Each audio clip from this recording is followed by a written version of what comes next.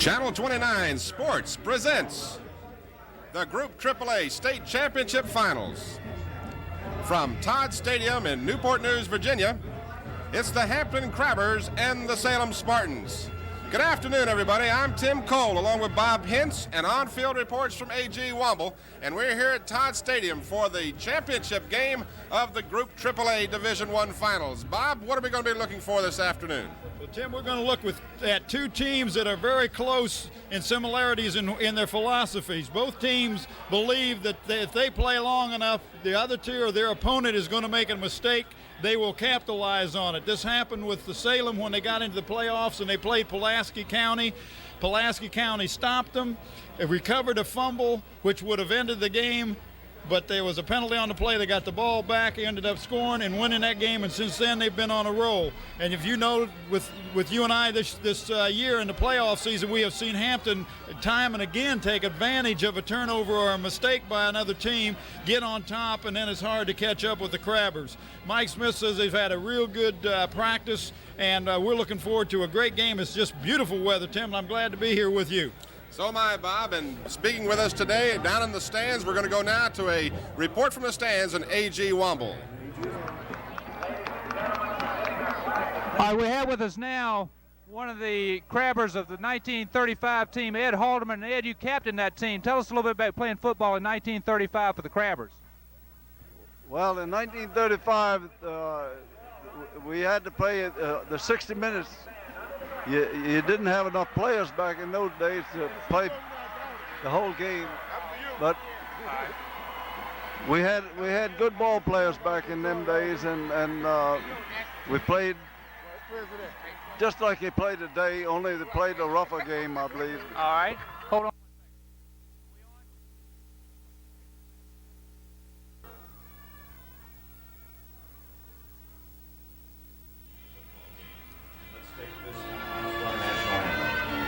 Okay, we'll come. And Scotty? After the national anthem, we'll come back to Tim. We'll say we'll continue. You hear me? Just say break things. Go back to it. Was AG 75? What was the camera down there? Is that them?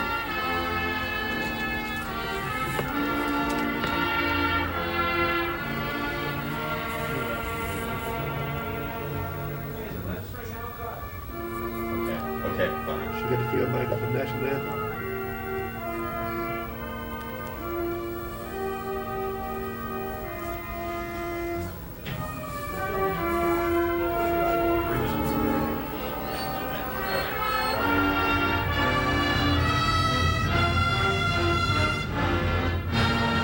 Yeah.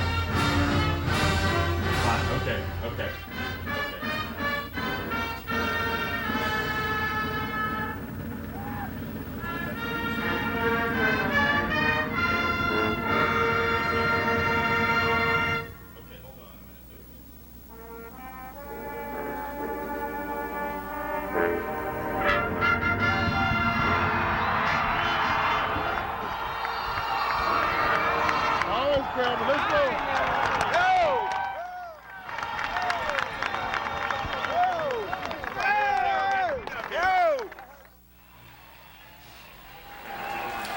Tim Cole with Bob Hintz, as you've just seen the playing of the national anthem by the Hampton Crabbers Marching Band, and we apologize for having to break away. Of course, we're going to go back now to the completion of that interview with A.G. Womble.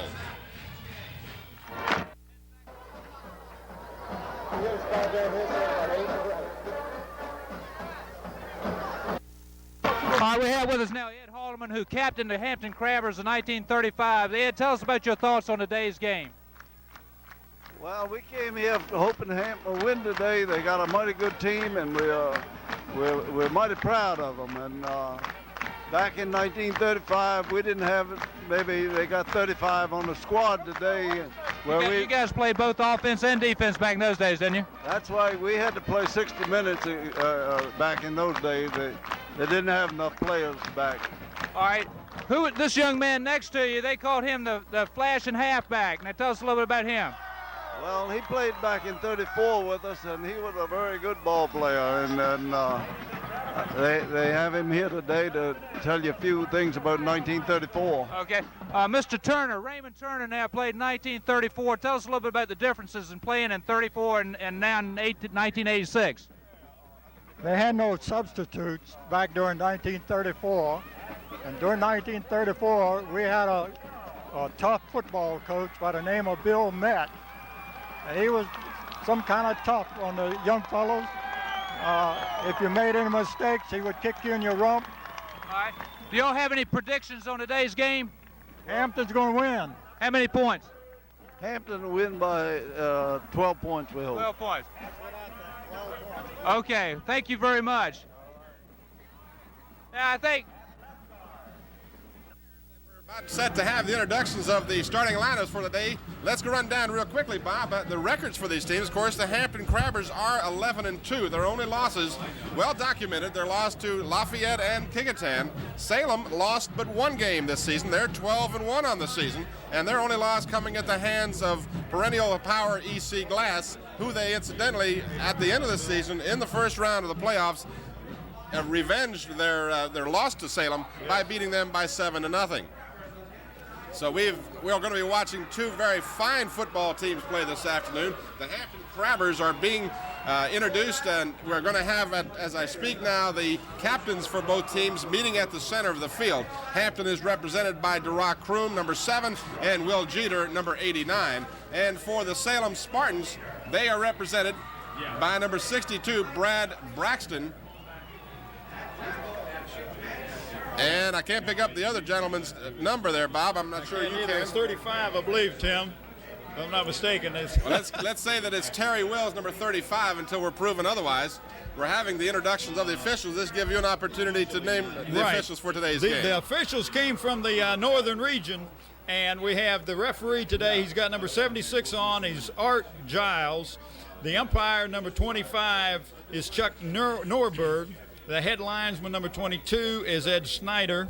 The line judge, number 17, is Jim Collins. And the back judge, number 42, is Mike Knapp. Now, these officials are come from a region that neither one of these two teams are from, so that they wouldn't have any prejudice towards one to the other. Right. Salem, as I mentioned, 12-1, lost but the one game to EC Glass. They have 4 shutouts that they've recorded this season, and 2 of those 4 shutouts came in the last part of the season during the playoffs here. So when they've had to, they have played tough defense. They've had the last 2 games, they have beaten Cortland 21-7, and then last week George Marshall was a victim of Salem by the score of 14-6. And in that game, we'll be watching today for Lamar Daniels of Salem, since he scored 2 touchdowns, the 2 touchdowns that were the margin of victory, of course, in that game. You may see on your screen the Crabbers have won the toss and have elected to receive. They will be going from our left to our right. There is virtually no breeze to concern ourselves with this afternoon. There's a light breeze, but it really isn't going to be a factor. I don't believe. It will be no effect at all on the ball game, on the passing situation. I talked to Mike Smith earlier this week about Coach Willis White, and he says Coach White's teams are very well coached, they're very patient, they're very disciplined, and they make very few mistakes. And he's said this is going to be a real good game for him, but he feels very confident in it, in the fact that his defense have been playing just outstanding since the Warwick. And he says we have been in a playoff game every game since the Warwick game, because we could not afford to lose or we would have been out of it. Back standing at his 10-yard line is Mike Alexander, number 1 for the Crabbers. At about the 15 on the near side is Keith Custis, number 10. And on the far side at about the 10 is Mike Stefanko. Those 3 individuals, of course, very adept at returning the football on kicks for the Hampton Crabbers. Crabbers will have the black pants, the red jerseys, the white numerals with red helmets. The Salem Spartans in a maroon-colored pants with white jerseys and gray helmets with gray numerals. And we're just about set to go as Salem has the ball keyed up. We're just about ready to go for the Division I AAA Finals, and the kick is on the way, and we're underway from Todd Stadium. Mike Alexander will field the ball at the 4-yard line. Has a hole up the middle. Alexander out to the 30. A late hit coming in, no flag, Alexander down, obviously, but a late hit with no flag. Yeah, he did a good job picking that ball up. He got it on the 4-yard line, and he brought it back almost to the 34, about the 31-yard line. So that's almost a 30-yard pickup on that kickoff, but there was a nice opening by the special teams for Hampton. One man to beat. Had he not been there, Alexander might very well have gone all the way. Rocky Kroom, the quarterback, brings them out.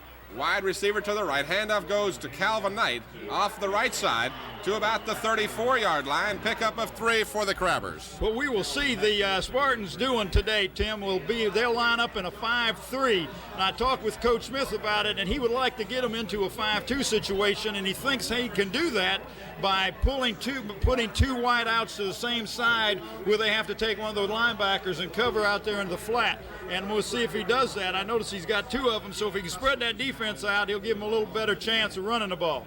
4-yard pickup, fake up the middle. Now Kroom sees some running room, tries to pick up a blocker, is finally driven out of bounds up close to the 40-yard line. It'll be shy of the first down, but Rocky Kroom had quite a bit of time that time. He really did. He had good patience, and that's a play that we can look for. Oh, as you can see, we're getting a replay on a slow motion as Rocky goes back and drops the pass, and there's no receiver open, and he just takes it over the right side and picks up yardage down to about the 39, Tim. Incidentally, we would like to, of course, acknowledge and thank Home Team Sports for providing us with a feed for this afternoon's game, and from time to time, we will be able to show you instant replays. So that's a large benefit from Home Team Sports. 3rd down and 2 for the Crabbers. Kroom fakes and then hands off to Mike Stefanko, and Stefanko is stacked up and for a loss, and the Crabbers will face a 4th down situation.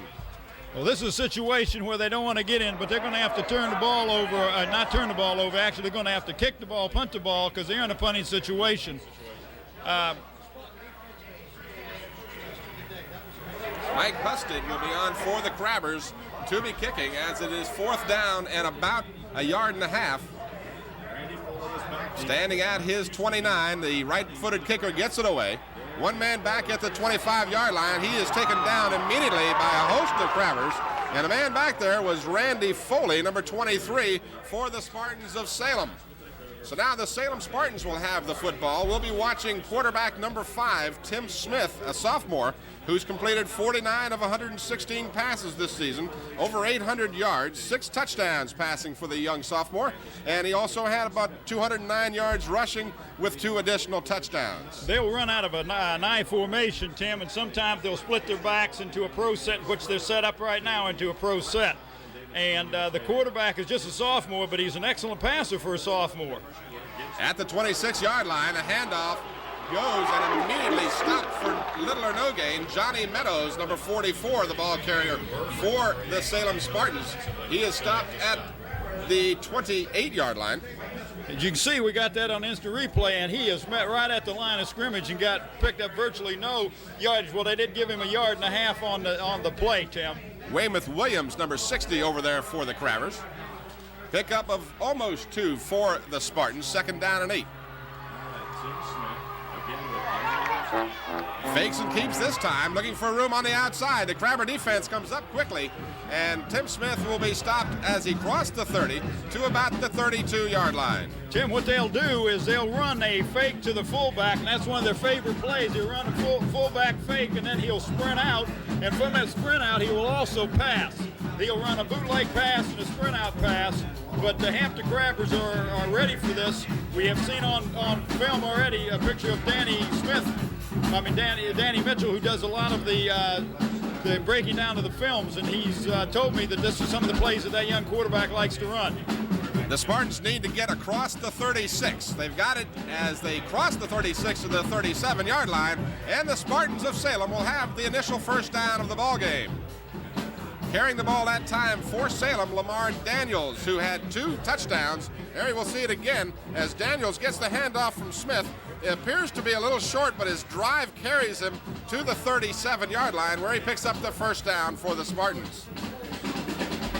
Daniels, as I mentioned, had the 2 touchdowns last week. That was the margin of victory for Salem team. Yeah, that helps your confidence, Mike. I mean, Tim, when you come right out and get a first down on your first series. Smith wants to pass, completes the pass at the 43. A couple of good moves, and the receiver is struggling all the way to the 48-yard line. A super effort on the part of Frank Fitzgerald, the wide receiver. Fitzgerald, a senior, 6'2", 183-pounder, and he put some fine moves on that defensive secondary. Oh, he not only did that, Tim, but if you can see here on the instant replay, as quarterback drops back, he throws that ball virtually all the way across the field. And then after the young man caught the ball, he did a good job of avoiding any tackles. And nobody got a real good solid shot on him, and that's why he picked up enough yardage for the first down. You won't see Anthony Billups of Hampton, number 8, get faked out quite often, and that is one of those rare cases. So another first down for Salem, as they have proven they can move the ball. Not on this particular play, however, as Lamar Daniels will be stacked up by the middle of the Hampton defensive line. Over there for the Crabbers, James Wilson, number 75, Sherwood Jones, number 70, Hurley Miles, who's checking out of the ball game right now for the Crabbers. A lot of these Crabbers playing their last regular season football game and playoff season for the Hampton Crabbers. They would like sure nothing are. better, of course, than to go away with the state championship. Well, they would like to. This is the only team that has made it to the finals for 3 years in a row, and of course that's the Crabbers, and they'd like to win twice in a row. Be a defending champion. That's a hard thing to do. Completed pass for another first down at the 41 of Hampton. The receiver was Randy Foley, 6-foot-tall senior from Salem, as he gets the first down in Hampton territory. They're impressing me. Right, and this is a sprint-out pass, and this is one thing that Danny Mitchell had told me, that they let the situation dictate where they're going to run or pass the ball. And he said if they're long, second and long, third and long, they're going to pass the ball. And it was 2nd and 9, and he passed the ball and picked up the first down. 3 first downs in a row now for the Salem Spartans. And they're at Hampton territory at the 41.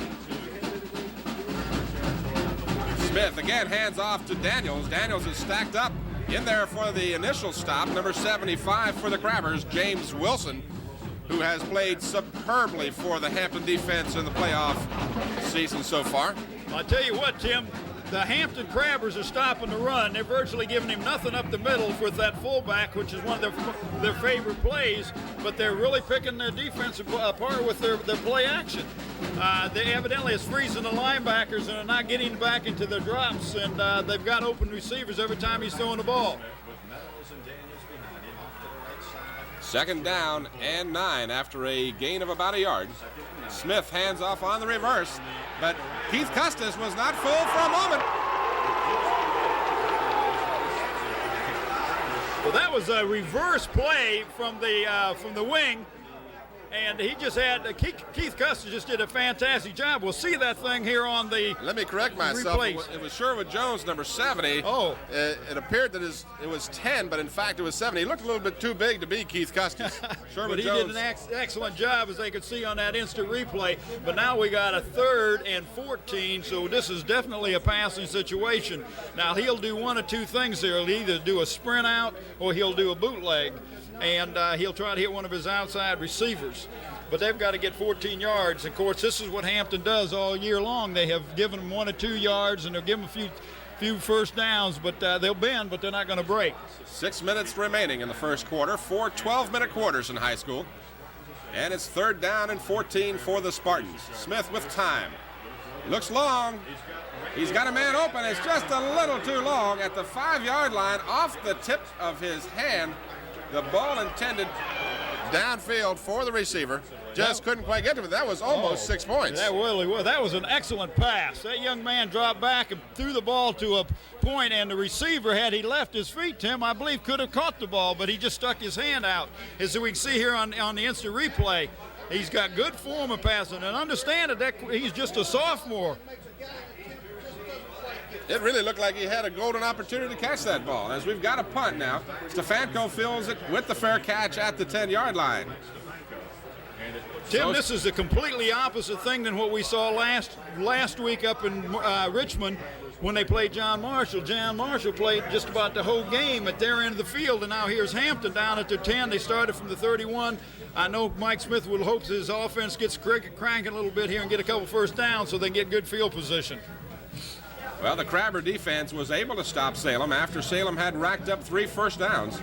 But a big defensive play by Sherwood Jones created the 3rd and long and eventually the punt for the Salem Spartans.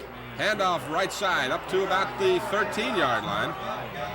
Calvin Knight, number 12, carrying the ball for the Crabbers. Calvin Knight had a great season for the Crabbers, over 500 yards rushing, as 3 Hampton Crabbers experienced that enjoyment. They had Stefanko with over 500, as well as Willie Dickerson, who we have not seen in the ball game so far.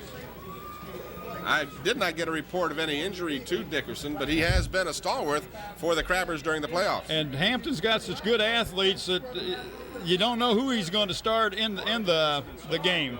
This is Stefanko. He's got a big hole. He's up across the 25, keeps his footing all the way to the 33-yard line. What a fantastic job that young man did. He was hit and almost down at the 20, and Tim, he's crossed clear to the 34-yard line. That was just an outstanding play, and we are going to get this on. This is a draw play. And you can see Stefanko getting tremendous blocking up there at the line, point of contact, the line of scrimmage. And here he almost falls down and gets his feet underneath him. It's amazing. Incredible balance. That is probably as fine a job of that type of play as I've ever seen in high school. But a first down for the Crabbers, their initial first down. This is Calvin Knight. Got blockers out front. He's across the 40, out of bounds at the 43. And that's very close to a first down for the Crabbers. They had 2 or 3 good blockers out in front of him that time, and they did a good job of turning the corner and picking up. It looks like it's almost enough for the first down. I see the referee, Art Giles, is calling for a timeout, and they're going to bring the chains across the measure, Tim. Well, I'm still amazed at that run by Stefanko. That was as fine an effort. He really was. That was you talk about superb balance. That was a perfect example of that. We don't have a chance to show you a close-up shot of this measurement. There we go. We're going to have one, but not quite as good as we'd like to have. It's going to be a first down for the Crabbers. Now, the Crabbers come into the game with a tremendous defensive record on the season. They have shut out 9 of their 13 opponents, which is an incredible figure when you think about it. And the Crabbers last week had one thing going for them against John Marshall, which they may or may not have in this situation. And the one thing they had going for them is the ability to have that experience. Now, Salem doesn't have a lot of experience, but they have beaten the #1 team ranked in the state of Virginia twice this season, and like nothing more than to knock off the defending state champs, the Hampton Crabbers. Stefanko crawls across the 45 to about the 47, and it'll bring up a second down and about 7 for the Crabbers. There's a close-up shot there of Stefanko. He's just doing a fantastic job. Now, Mike Smith calls in all the plays, and he will send in his tailbacks, Stefanko and number 12, Knight, and they'll rotate in, and sometimes he'll put Johnson in also. He has 3 people he runs at that tailback, and he'll use them at different situations. Second and about 3. The pitch back goes to Knight. He's got blockers out in front and is driven out of bounds, but not before he crosses the midfield stripe and at about the 49-yard line of Salem. The Crabbers, of course, defeated John Marshall last week by the score of 14-0. Both of their touchdowns coming on the run, a 16-yard scamper by Stefanko in the second quarter, and a 2-yard plunge by Rocky Kroom in the fourth quarter. And Mike Custard put the extra points on the board, and the Crabbers were 14-0 victors over John Marshall. Well, this is a big play, Tim. This is 3rd and 2, and this is a situation where you got to get good contact at the line of scrimmage. For Marvin Dickerson, he stacked up real close, but I don't believe he's going to be close enough for him. No, he didn't even get. He just got back to the line of scrimmage. That was a fake pitch to the near side and a counter play, and it just didn't work. Timing was off a little bit in the backfield. Here we can see it on a replay. He fakes the pitch, but they kind of ran into the quarterback Kroom.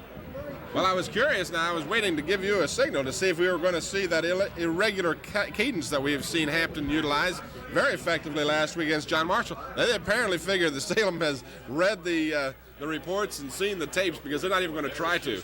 Houston gets the high snap and a terrible punt off the side of his foot. And Houston is going to end up with a net of only 2 or 3 yards on the punt. So it happens to everybody. He's not even going to get a net, Tim. That ball is going to be right back to the original line of scrimmage. He's going to pick up about 2 yards on that kick. and we have seen him kick this year just do an excellent job, and he wasn't rushed. It was just, I don't know whether he just didn't drop the ball right or what happened on it, but that's a nice break for Salem, because they could have been starting off deep in their territory. Well, it happens to everybody, and Mike Houston, of course, has had a stupendous season for the Crabbers, but that time it shanked it off the side of his foot, and Salem will have extra field position just across their 46. Right side carry by Johnny Meadows as he gets up close to the midfield stripe. Spartans outscored their opponents during the regular season by the score of 163-78. They really were involved in a lot of close games, but they won the close games. And of course, that's what you look for in a team that can come back and win the real close games for you. It sure is, and they've done a good job this year. And they've only lost that one game, but like you said earlier, that they've knocked off a couple of #1 ranked teams in the state, and they'd love nothing more than to stop the Hampton Crabbers today. Ball is marked squarely at the midfield stripe. And we've got a pass situation. Smith throws the ball away as the intended receiver downfield was Randy Foley, number 23, but that ball not even close to the intended receiver. I think it was a miscommunication on that thing. I think he looked for him to break to the flat, and he broke inside, and he did a little pump fake and then threw the ball. Now this is definitely a passing situation. We got a 3rd and about 7. Or 3rd and 6, so it is a passing situation. It looks like got a timeout called or something. Yeah, there is a timeout on the field, Tim. As I mentioned, Salem defeated Pulaski 14-13 when Pulaski was ranked #1 in the state, and then it came back and beat Cortland 21-7 when they were ranked #1 in the state. So this Salem team has been in the big game, and they have come away victors almost every time. So we'll watch for that to be a factor this afternoon between the Hampton Crabbers and the Salem Spartans. We've got 2:18 remaining in the first quarter, and neither team has scored yet, and we really didn't expect to see a lot of scoring. No, I didn't, because both teams are defense-oriented, but I did expect to see Hampton put the ball up in the air, Tim, and they haven't passed yet today. And you remember last week when we went up to John Marshall in Richmond, that the very first series of play, they came out passing the ball, and then they ended up scoring because of running plays. Good close-up there of Mike Smith, the head coach of the Hampton Crabbers, of course. The Crabbers defending state champions. They've been in this final game now 3 years in a row. They lost the finals in '84, and then, of course, were victorious last year and are looking to do the same, of course, this year as well. The Crabbers having a mid-season slump, but they have certainly recovered well from that. 3rd down and 6, the ball at the 50-yard line. Tim Smith over the center. Fakes and wants to pass, has all day, throws it downfield, the ball is tipped and goes incomplete. But one of the things I'm noticing very quickly here, Bob, is that the Hampton defensive line is not getting to Smith. Well, and one thing that's stopping that is he's not a drop-back passer. He doesn't go into the pocket. He rolls out. He had 4 receivers downfield that time, so that means you got 4 people out there that can catch the ball. You got to do a good job of putting pressure on that guy so he can't pick up an open receiver. The kick almost blocked. A fair catch called for by Stefanko, and he fields it at the 19 of Hampton. So the punter on the play, Frank Fitzgerald, does everything. He's a wide receiver. He's a running back. He kicks extra points. He kicks field goals. He scores touchdowns. The man is an all-around athlete. He had 51 points. He was the leading scorer on the team. Had 3 touchdowns, 3 field goals, and 24 extra points. Yeah, he does it all for him. And you'll find that you'll have a good athlete, and you'll use him where you can, and they do. Coach Willis White has done a great job at Salem since he's been there, and Mike Smith has all kinds of high regard for that young man. Rocky Kroom, handoff, right side, goes to Marvin Dickerson. That was the first time we've seen him run like an option play, Tim, that they could have kept the ball and Kroom could have kept it himself and then pitched out, and he didn't do it. But I'm looking to see the Hampton put the ball in the air. You know, and I know that Mike Smith has no fear of putting the ball in the air. I don't care where he's located on the field. Alexander sets up wide to the right of the bottom of the screen. Top of the screen is another intended receiver. This is Custis. He just can't get to the ball. I started to say the intended receiver was Kenneth Owens, who we saw Hampton utilized in the first 2 plays last week against John Marshall had not been in the lineup until just now. So they put 2 wide receivers out to spread out that defensive backfield. Well, that guy was wide open. Kroom just overthrew him. He either overthrew the one or underthrew the other one, but the ball, he was wide open. The linebacker who was supposed to be covering him was not on him. Clock stops with 1:26 remaining. No score in the ball game. Owens checks out of the ball game for the Crabbers.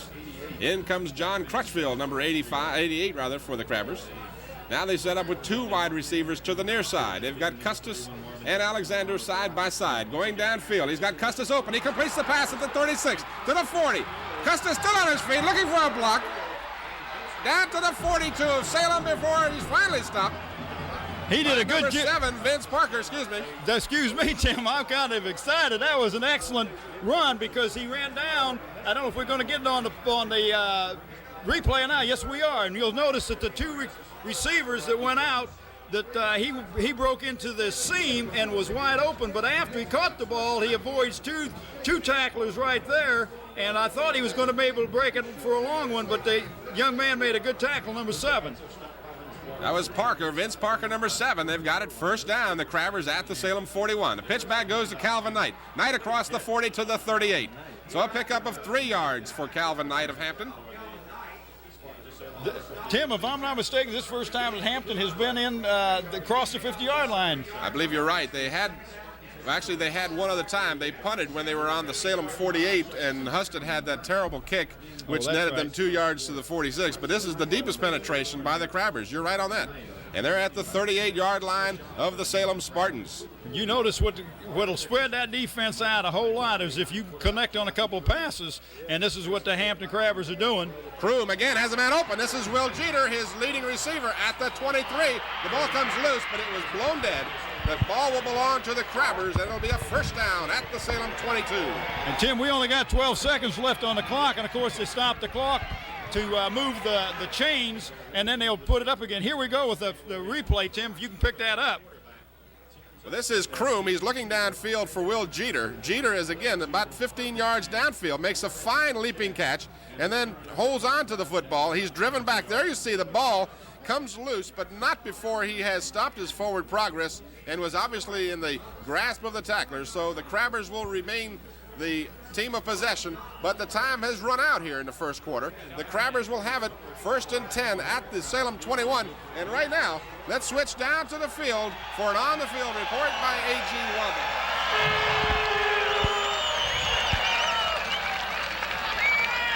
Have with us now Earl White, the team physician for the Hampton Crabbers. Earl, what is the condition of the Crabbers going into this game? Well, fortunately, we're in really good shape today, A.G. We've had one boy, Keith Custis, who had a fractured clavicle earlier in the year, and he seems to be right up to snuff like we'd like him now. And the rest of the guys are in really very good shape. We need to keep Keith in that offensive and defensive lineup, I believe. Well, he's a real asset. There's no question about that. All right, Earl, you've been with the Hampton school system here 10 years helping out, and we really appreciate your contribution. You must be a big football fan. Well, I do enjoy football, but I enjoy the kids and just the association that I have with them, and it's a real pleasure for me. All right, Earl, you got any predictions on today's game? Oh, I'm not going to go with the predictions, but I'm sure we're rooting for the Crabbers, I can tell you that. All right, thanks a lot, Earl. Now back to you, Tim. Well, the first quarter has come to conclusion. Bob, what are your feelings about the game so far? It's exactly what I thought it would be, that it's going to be a series of good defensive play on both teams, although the quarterback for Salem is a much better passer and much more accurate than I thought he would be. He's had success. Of course, we know that Kroom can throw the ball well and find an open receiver. This is Kroom again, wants to pass. He's got him out open at the 1-yard line. It's going to be 1st and goal for the Crabbers. Michael Alexander, number 1, Tim, just did a fantastic job on a cut and kept that ball between him and the defender. The defender had no chance but to tackle him and hopefully keep him out of the end zone, and that's what he did. So they bring it all the way down. A 21-yard gain for the Crabbers. It's at the 1-yard line. 1st and goal for the Hampton Crabbers. Rocky Kroom, the quarterback. Hands off to Dickerson. He's in for the score. Tim, this has happened every time we have gone to a playoff game this year. If you remember, that Hampton will score first and really put the pressure on the other team. And of course, here we are with 11:41 to go in the second quarter, and the Crabbers have already scored their first touchdown, and they have really put the pressure on the Salem team, who came out with a lot of confidence, I thought. Well, that's what happened, as you said exactly, Bob. The Crabbers have Mike Husted on the field. Rocky Kroom will be holding. The kick is up, and it's long enough. And it's good. Right down the pipe. I know he was in a little hesitation step, but what I'm saying here, I'm talking about Houston. He had to wait for the guy to place the ball down. It was a high snap from center, but he did a good job of concentrating and getting that ball across. Here we go on the instant replay on that touchdown, Tim. Just did a fantastic job of just jumping and diving over the defense. And what happens on a line of scrimmage like that is that your defensive team gets real low, and that gives an opportunity for the running back to dive over the top of them. And that, of course, we always love to see the Hampton Crabbers score. So the defending state champions get on the scoreboard first. They have shut out 4 of their last 5 opponents. The only team to dent the scoreboard was Green Run with a second half drive after the halftime intermission. Green Run went down the field for 51 yards and scored the extra points. Extra 2-point try was good, and that's the only points the Crabbers have allowed in the last 5 games. So the Crabbers get that all-important first score on the board. Mike Houston will have it teed up. The Crabbers defensive team has been superb all year, and Rocky Kroom has been effective when he had to be. So that's the story of his game. He really has, Tim. He has picked out the open receiver. Now, he has not picked on one receiver. Jeter's caught the ball. Alexander's caught the ball. And, he's not picking on just one receiver. He's picking on more than one. That drive, by the way, 81 yards on 7 plays. It consumed 2 minutes and 24 seconds. The final 1-yard plunge by Marvin Dickerson. A low kick taken at the 33-yard line by one of the up men. And at the 40-yard line, the Salem Spartans will set up 1st and 10. We have seen Hampton do that time and again, Tim, when they just do a little, it's almost like an onside kick, and hopefully it will get it to one of the up people who's not accustomed to catching the ball, and maybe will fumble the ball when he gets hit or something, and Hampton does that a lot. But that also gives Salem excellent field position here, starting from their 40-yard line. In the backfield, Lamar Daniels, number 20. And Johnny Meadows, number 44, directly behind the quarterback, sophomore Tim Smith. 2 wide receivers to either side. At the 41, Smith hands off, second man through. This is Daniels, and Daniels will pick up about 2 yards. Mike Smith's philosophy is to let them get 2 or 3 yards, and that's about all he wants to give them, and get them in a passing situation where they hopefully will make a mistake, because a lot of coaches believe when you pass the ball, 3 things can happen, and 2 of them are bad. And, of course, Mike Smith's defense has just done an excellent job all year. If you and I have seen, they have let the teams get some big plays and pick up some big yardage, and they will bend, Tim, but they won't break, and they won't give up a score. Second down and about 8 for the Salem Spartans. This time the handoff goes to Johnny Meadows, number 44, and Meadows is up close to a first down. It'll be a couple of yards shy. They'll mark it at the 49 of Salem. They need to cross and get to the 49 of Hampton for the first down. That is one of their favorite plays, and here you can see it on a replay when he hands off the ball to number 44 Moore, and he goes off tackle. And this is one of the plays that they'll run until you stop, but then they will fake that and do a play action pass using that same type of maneuver in the backfield. 2 wide receivers to the near side. Frank Fitzgerald along with Randy Foley. The handoff up the middle, however, and it appears to be enough for the first down. We'll wait and see if the officials mark it that way. We'll see the left foot, right foot here, Tim, because it depends. He has to get across the 49, and if that's where he spotted it, the yard marker is that way, and it is a first down, Tim. So the Salem Spartans get the first down. The ball just across the 49 of Hampton. Salem trailing 7-0. 9 minutes and 43 seconds to go here in the second quarter. The AAA Division I final championship game between the Hampton Crabbers and the Salem Spartans. Tim Cole with Bob Hins and A.G. Womble from Todd Stadium. First down and 10 from the Hampton 49. Tim Smith over the center.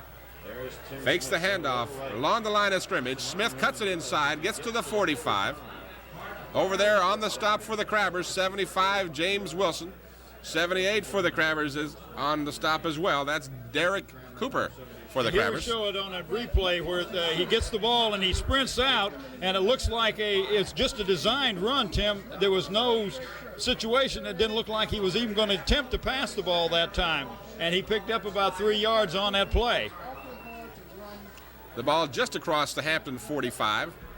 So actually almost a gain of 4 yards on the play, so we'll make it second down and a long 6.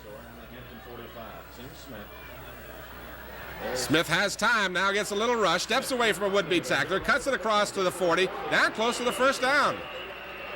So Smith showing good selection of play as he looked downfield, didn't find an open receiver, and carried the mail himself. And he'll be, however, just a little shy of the first down. He's got about a foot, maybe 2 feet to go for the first. Yeah, he was short on that, Tim, but he rolled out here, and as we can see it on the replay, he's rolling out, and there's nobody in front of him, but all his receivers were covered.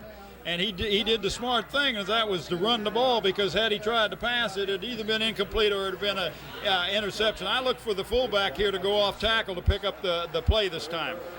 Third down and less than a yard. Johnny Meadows in the backfield along with number 20, Lamar Daniels. And this is Meadows who gets the call and gets the first down for the Salem Spartans.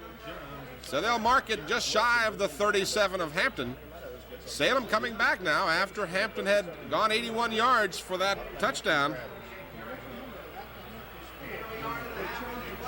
And Salem is moving the football. The Hampton Crabber defense has been giving up some yards this afternoon. And there you can see a picture of Mike Smith on the sideline as he's trying to extort his team, the defense, to get a little tougher here. Now, they get tough as you get closer to their goal line. Smith still has the football, gets a good block in the backfield, has a man open, almost completed at the 25-yard line. The intended receiver, Randy Foley, had the ball momentarily, but couldn't hold on to it. Defending on the play for the Crabbers, they have about 5 fellas back there. They've got James Wilson, Sherwood Jones, Will Jeter was back there, the safety. Keith Custis, Mike Alexander. Here we'll watch it again.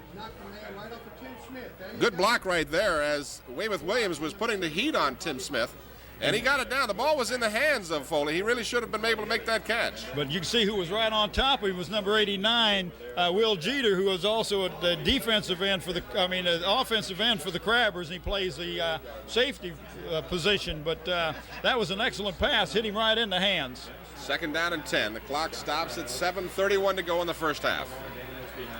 Smith fakes the first one. Now gives to Foley on the reverse, and he is driven out of bounds. Little or no gain. Anthony Billups over there to make the stop for the Hampton Crabbers. Well, Hampton did a good job of getting him to run laterally, or as they say, east and west. He never did turn the corner or turn it up. Hampton just did a good job of stringing that thing out, and he picked up no yardage at all, Tim. They mark it right back at the line of scrimmage, so we have third and long, which is a passing situation. Or I don't know whether they do a draw play or the screenplay from this situation, but I do know that he will sprint out or do a bootleg when he passes the ball.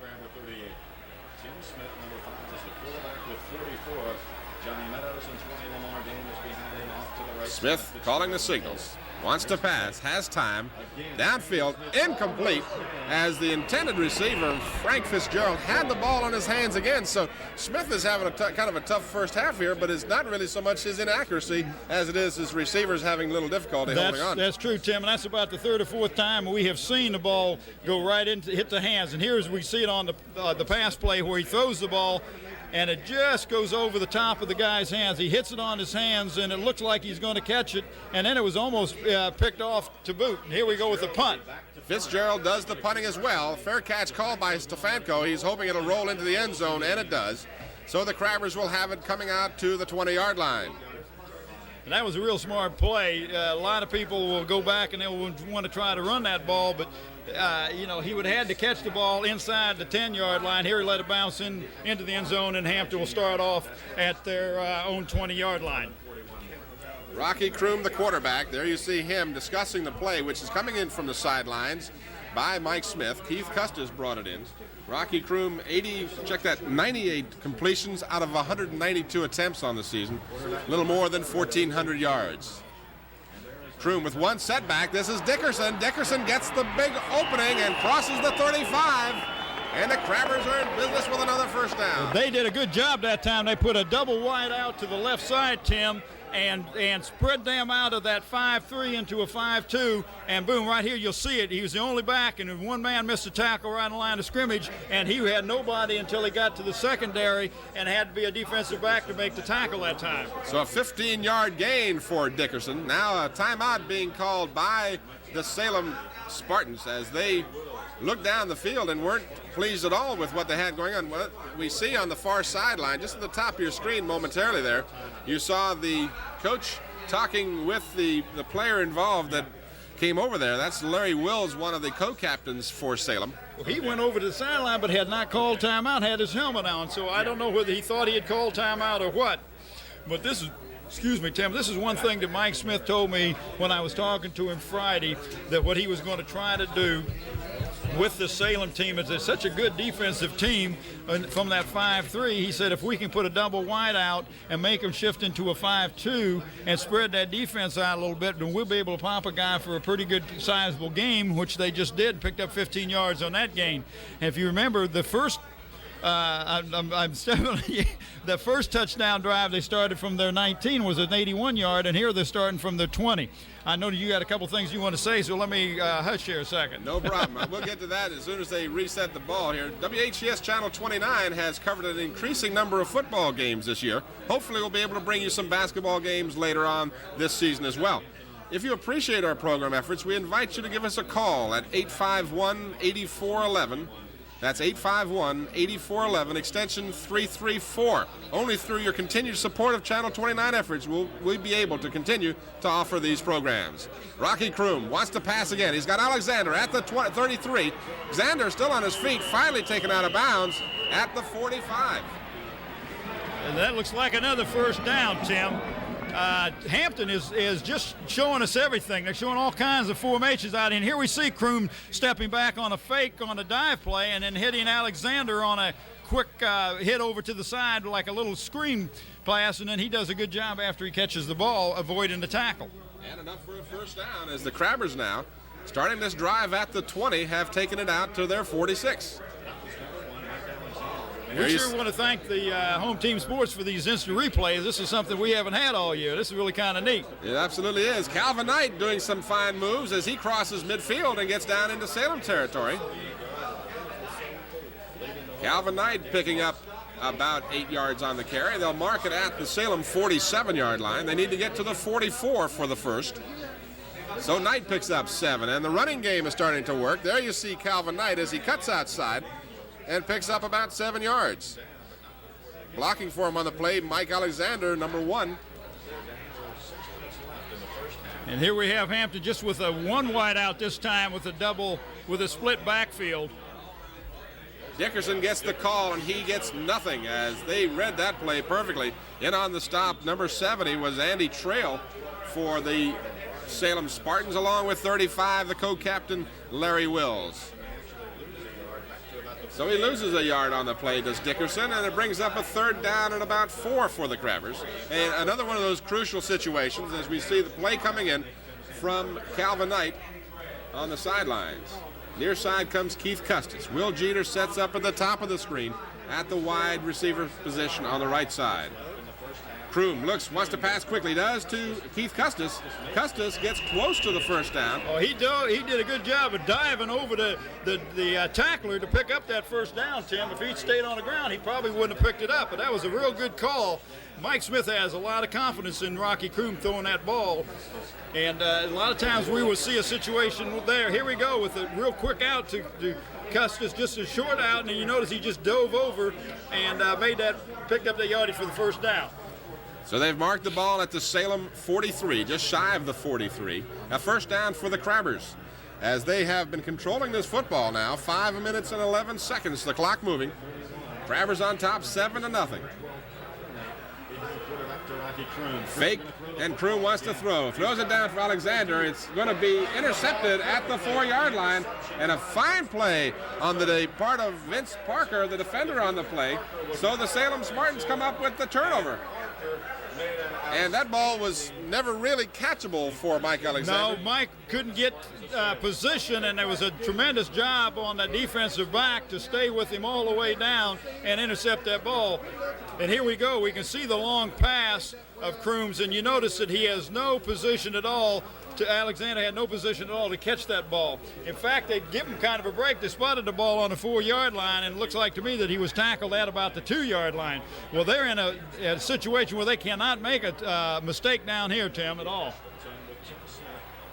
So Salem's got the ball, but they do, in fact, have their backs to the goal line. Good running by Marvin Moore. Fine effort by the Salem Spartans to get that ball out across the 10-yard line. And carrying the ball, Marvin Morris in the ball game for the first time this afternoon for Salem. And he picks up substantial yardage out to the 13-yard line. So more than 8 yards on the carry. There you see Morris bouncing off of a couple of would-be Hampton tacklers and gets out close to the 13. And he's had some good games this year, Tim. That's not just a fluke. He's a good running back.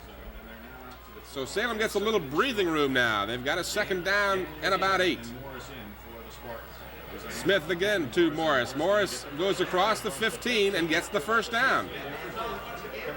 So the Spartans are able to get away from the shadow of their goal and move it all the way out to the 16-yard line. And here we see that same play on instant replay, Tim. And you can see he picks his hole just enough yardage to pick up that first down. And, of course, Hampton's philosophy is you got to start at your 4-yard line. That means you got 96 yards to go. You're going to make a mistake. And this is their philosophy. That's a long way to go, 96 yards, and not make a mistake. I mean, not only in high school, but in college or pro, you're going to make a mistake going that far. First down, the ball marked at the Salem 16-yard line. Tim Smith, the quarterback, has plenty of time. Now steps up and looks downfield. Now he'll run with the football, and he'll pick up about 6 or 7 yards. So Tim Smith doing a little improvisation here. As he looked downfield, the Hampton secondary had his intended receivers well covered. So Smith ends up running the ball himself. He had over 200 yards rushing during the season, so this is not anything new for him. And you consider a quarterback has to include in his statistics the sack yardage as far as his running goes. So he had 209 positive yards. You don't know how many times he might have been sacked. Right, but he does a good job avoiding it. On the rollout, it's a hard to get a good rush on the quarterback and doesn't drop back into a pocket. And he does the rollout or the sprint out, bootleg type of passes. Second down and about 3, and it's going to be apparently a little shy of the first down as Morris again got the call. Check that. This time it's 44 Meadows who carried the ball for Salem. They're going to bring the chains in. It's going to be close enough for a measurement. Okay, well, as we have a timeout here. We wanted to switch down real quick to AG on the field, see if he's got a little update he wants to give us.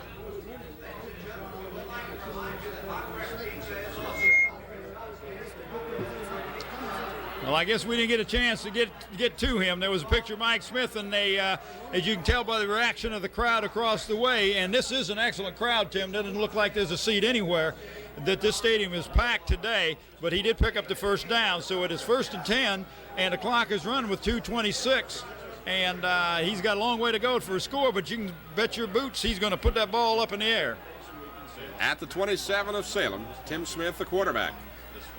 Smith fakes and wants to throw, gets some pressure, but gets the ball away. It's the pass. This is Randy Foley, number 23 of Salem, and he's got another first down. I tell you, Tim, I'm very impressed with this young man at quarterback. He is just a sophomore, but he turns and rolls to his left. Now watch him do the fake here to the tailback, roll to his left, turn, square his shoulders around, and find the open receiver, and that's just an excellent job. That's college caliber there. We're talking a real fine effort by Tim Smith, and he's but a sophomore. Just a sophomore. So another first down at the 43 of Salem. Time becomes a factor. Only a minute and 50 seconds left. The clock moving. Throws the ball out on the near sideline. And it's not really a catchable football. It was simply a case where Smith had good coverage on his intended receivers and simply threw the ball a little long. Yeah, he did. There was 2 receivers running over there, but they were both well covered. And again, I'm just amazed at the poise that this quarterback has as a sophomore and knowing who his open receivers are, because he does a good job of picking them out. Even the ones that have been incomplete, we've seen about 3 passes drop to where he's hit the receiver in the hands. Clock stops with 1:44 to go. 2nd down and 10. Fitzgerald had lined up on the right side. Now he quickly sets up on the left side. On the draw play, wide open handoff for Meadows all the way out to the 42-yard line of Hampton. That shades of what Hampton does. They're also with their number 44, Stefanko, will run that draw play and do a good job. And they sure did that time. They caught Hampton thinking pass. And here you can see it on the draw play. And he picked up about 15 yards before anybody had a chance to tackle him. Nobody was even close to Meadows. All the way to the Hampton 42. 1st and 10, 1:30 and the clock moving. Smith wants to throw. He does. He throws it long. It's almost intercepted by Jeter, and Jeter tipped it and almost intercepted by Alexander. But it falls harmlessly into the Hampton end zone.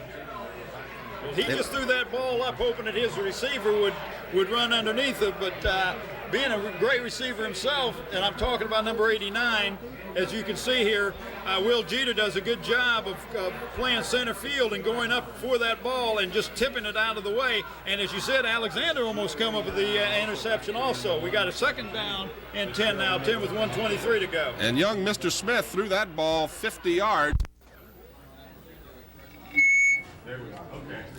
Okay, we apologize. We had a power outage with 1:23 to go in the half.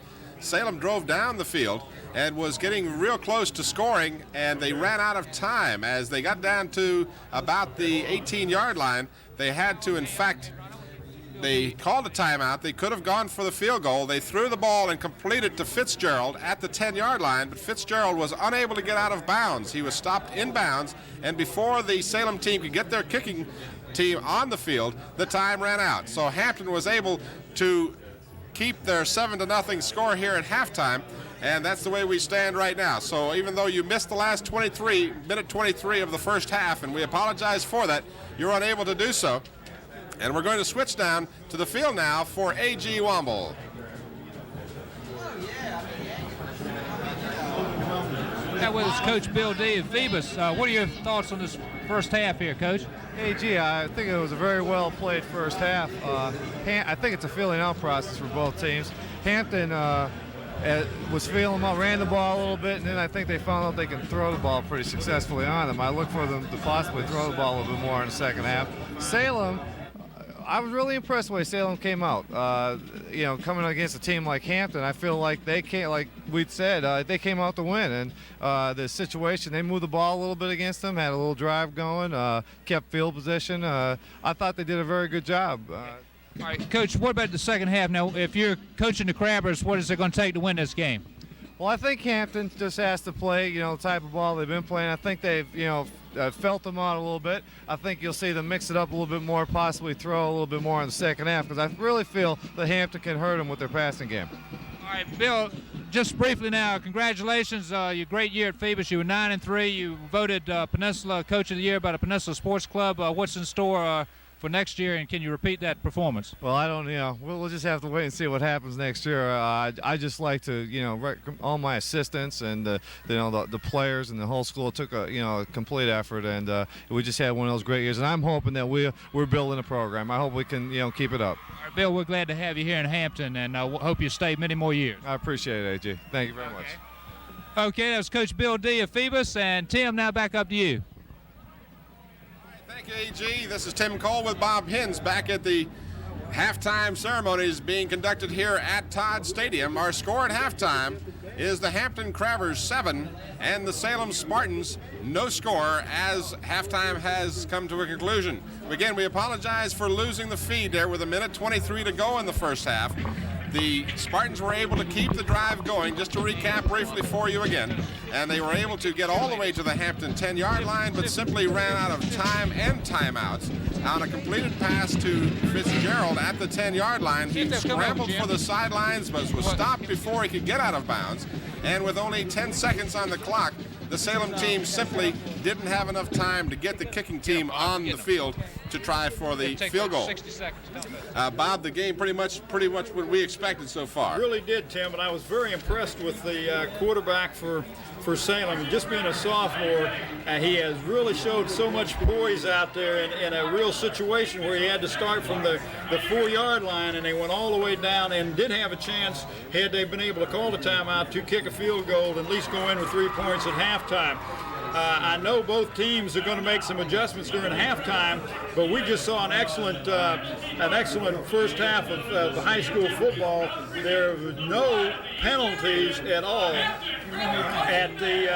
during that first half, and as we are doing now, Tim, it looks like we've got the Hampton Crabber band on the field. So I guess what we're going to do is switch to them. Okay, what we're going to do right now actually is we're going to go down to the sidelines again and let A.G. Wobble have a chance to talk to some of the Hampton cheerleaders. That was the mighty Hampton cheerleaders, and who are you? Hi, my name is Cece. All right, go ahead. Last name? Britt. All right, what do you think about the game so far? It's been pretty hard, but it's going to be a good game. Okay. And you're? Keisha Braithwaite. All right, how important are the cheerleaders to the Hampton team? They're very important. We cheer them on to victory. Okay. My name is Millicent Smith. All right, you got a prediction on today's game? Yeah, I know we're going to win because we're number 1. All right. Yeah. Okay, and you are? Trisha Spady. Who's your favorite player? I guess the Rocky Croon. Okay, he's a good player. And you are? Tanya Gillis. Got any predictions on today's game? Oh, we're going to win. How many points? 99. Et cetera, et cetera. Okay. And you are? Kelly Curtis. Kelly, what are your thoughts on the first half? I think they did a good job, but I know that the Crabbers can do better, and I know we will score some more, and that number 20, Wesley Johnson, will score a touchdown. All right, we're going to get you on here when we get...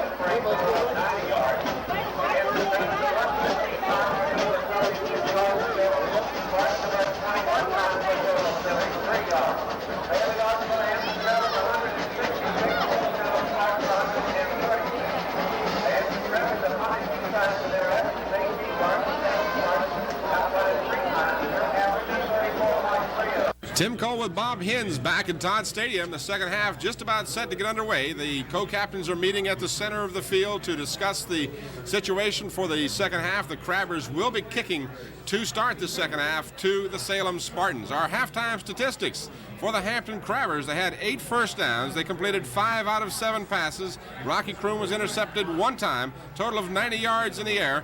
They had 15 rushes for a total of 76 yards.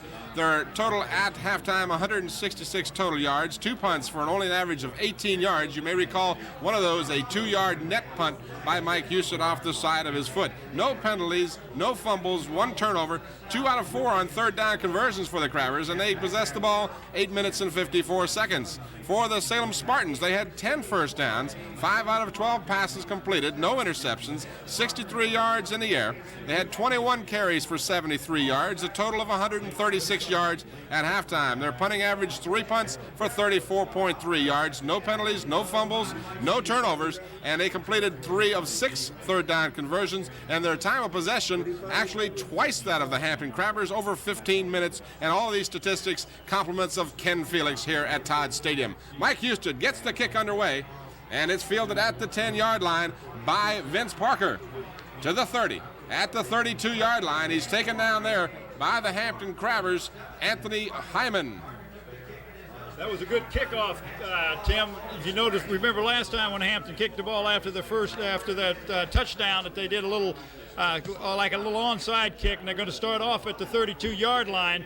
And of course, the Salems came off, ending up that first half with that long drive that they came up empty. So I know that they hope to get another long drive this time. Hampton's going to have to put some pressure on the quarterback. Just across the 32, the handoff goes inside for Johnny Meadows, number 44. And now we're going to switch to the sidelines and a report from A.G. Womble.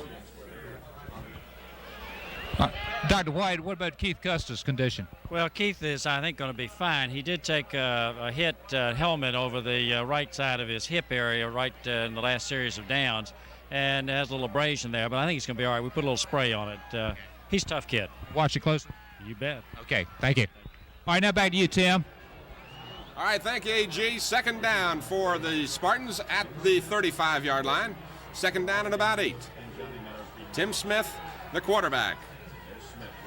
Being chased by Jones, gets it away. Oh, what a hit by Andre Davis Jr. on the intended receiver, Lamar Daniels, and a super hit by Andre Davis. I tell you, what timing he had on that ball. I don't know if we're going to get that on replay or not, but he had the ball in his hands, and as he made the turn, he was, boom, hit by Davis, and that ball he had no chance hanging on to that ball. But Hampton had a man really sprinting after the quarterback that time. But if you'll notice that he still does the roll-off, and Hampton's going to have to make some adjustments to put some more pressure on the quarterback so that he can't find that open receiver. Third down and 8 at the 35. 7-0 in favor of the Hampton Crabbers. Smith rolling to his left, has plenty of blockers, throws it downfield, completes the pass at the 45 all the way across midfield, and dragged out of bounds, but not before a first down for the Salem Spartans. I tell you, Tim, I am so impressed with a quarterback that he can roll to the left and get his shoulders square and put some zip on that ball, because the young man, and here it shows it on the replay, and he will find that open receiver, and there are 2 or 3 Hampton Crabbers around that receiver when he catches the ball. Now look at that. There was 2 of them right there, and he sidesteps one and picks up an extra 4 or 5 yards just on individual effort. They across the midfield stripe. So they've marked the ball just across the midfield stripe, shy of the 49 of Hampton. First down for Salem. This is Meadows, right side, for a couple of tough yards. Hampton defense led by Weymouth Williams, number 60, along with number 78 is Derek Cooper for the Crabbers. Hampton has virtually shut down the run so far, Tim. The most yardage that they picked up on the run was the draw play on that long drive that they had just the end of the first half. But their bread and butter play, which is the off tackle and up the middle with the fullback, Hampton has got that defense perfectly, and they're not allowing them to pick up any yardage. So it's now a 2nd and long, which is a passing situation for the Spartans. Gain of a yard by Meadows. Smith wants to pass, gets pressure from Williams. Now is going to fake the pass and run for the sidelines. He gets to the 44-yard line of Hampton before he's driven out over there on the sideline play. Sherwood Jones, Keith Custis, who we had heard had suffered a minor abrasion to his hip, is back in the ball game. He and Alexander defending over on the near sideline. He just does a very good job. When I'm saying he, I'm talking about the quarterback for Salem, of running and finding that his receivers are covered, and he picks up yardage on his own. But he picked up a good 5 yards that time on his own, Tim. They've marked the ball at the Hampton 44. They've got to get across the 40 for the first down. 3rd down and 4. On the blitz, Smith is decked immediately. Sherwood Jones burst through the line and puts Smith on his back for a loss. Well, that is one way to stop him from getting the pass off, and here we'll see it, that he comes right up the middle and nobody touched Jones, and boom, he hit the quarterback before he even had a chance to turn. So we're going to see Frank Fitzgerald standing at his 40-yard line in deep punt formation. Gets the kick away. It's a good kick, takes a Salem bounce, and rolls now all the way down inside the 10-yard line, where it goes out of bounds at the 9. So the Hampton Crabbers will have the ball, but they'll have very poor field position. They've marked the ball at the 10. And now we're going to switch down for a quick report from A.G. Womble. Now, tell me when. All right, Tim, just talked with Cedric Powell and a couple other Crabbers and asked what Coach Mike Smith said at halftime. He said he was pretty well pleased with the offense, but he wanted the defense to shore it up a little bit. And if this first drive is any indication, looks like they're taking his words. All right, now back to you, Tim. All right, thank you, A.G. As we come back to the live action, Marvin Dickerson carries from the 10. They've marked the ball at the 11, so Dickerson a little more than a yard. And it'll be 2nd down and along 9 for the Hampton Crabbers. Well, AG was talking about is how Mike Smith needed to do a little shoring up on a defense, and one of the adjustments they made, evidently, Tim, was to send a linebacker when it looks like it's a true passing situation and blitz him. And, of course, they came out with a nice loss that time against the Salem. 2nd and 9 on the halfback draw. This is Stefanko. Stefanko struggles to the 15, and he'll end up with about 3.5, maybe 4 yards. It'll bring up a 3rd down and 5 for the Hampton Crabbers. There you saw the Home Team Sports banner. We again want to remind our viewers that we have had the privilege of getting a feed from Home Team Sports, who will be showing this game on Home Team Sports on the 17th of December. John Castleberry from Wavy TV, along with Stan White, the former linebacker for the Baltimore Colts. 3rd down and 5 at the Hampton 15-yard line. Rocky Kroom has time, wants to pass. Got a man open. He's got Dickerson completed at the 25, to the 30, 35, 40, all the way to the 47. He's still on his feet. The ball comes loose, but they're going to rule him down at the Hampton 48-yard line. He just did an excellent job of picking up the receiver that time, and then after he caught the ball, he did a great job of running the ball and breaking a tackle or two. That was an excellent job that time. And here we get to see it, Tim, on instant replay. We'll see Kroom go back, and he'll find Dickerson, a unlikely receiver. Dickerson doesn't do a lot of ball catching for the Crabbers, but he does a super job on this play and gets all the way out to the Hampton 48-yard line. Stefanko gets the call this time. He's tripped up as he gets close to the 45 of Salem. As the Hampton Crabbers now looking to put another score on the board. They've gotten it down to the 46-yard line of Salem, leading by the score of 7-0. We've got 7:25 to go here in the 3rd quarter. And there we see a picture of Danny Mitchell on the sideline extorting the team on. Stefanko is a very underrated ball player. He's so small that most people don't think he can get the job done. Calvin Knight all the way to the Salem 32-yard line. Hampton has evidently done adjustment in that on their offensive line assignments, Tim, because they're really opening up some huge holes offensively. We know that they picked up most of the yardage on the air before, but here we can see the holes opening up in the line of scrimmage, and Knight just burst right on through before they get a chance to tackle him. So it's another 1st down for the Crabbers. This is Stefanko. We have a flag down. That's the first penalty flag of the ball game, Bob. And I'm trying to pick up who that was on. It may be on Hampton. I don't know.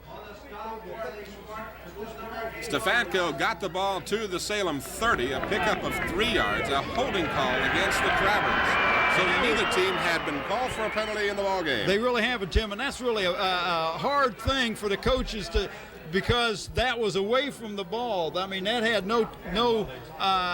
nothing to do with the play. The play was on the other side completely, and here the guy gets called for holding on the wrong side. 6:52 to go. The call will be against the Crabbers. First penalty of the ball game. Only one turnover in the ball game. That was the interception by the Salem Spartans. Well, they've marked the ball back now to the Salem 43-yard line. And holding is the call against the Crabbers. Well, I'll tell you, the officials have been almost non-existent out there today, Tim. This has not only been a well-played ball game, and nice hitting going on out there, but it's been a very clean ball game, and that is the very first penalty of the game. At the 43, Stefanko gets the call. Stefanko gets little or nothing as the defensive line for Salem does a super job stopping Stefanko. Lee Johnson, number 58, in on the stop for the Spartans.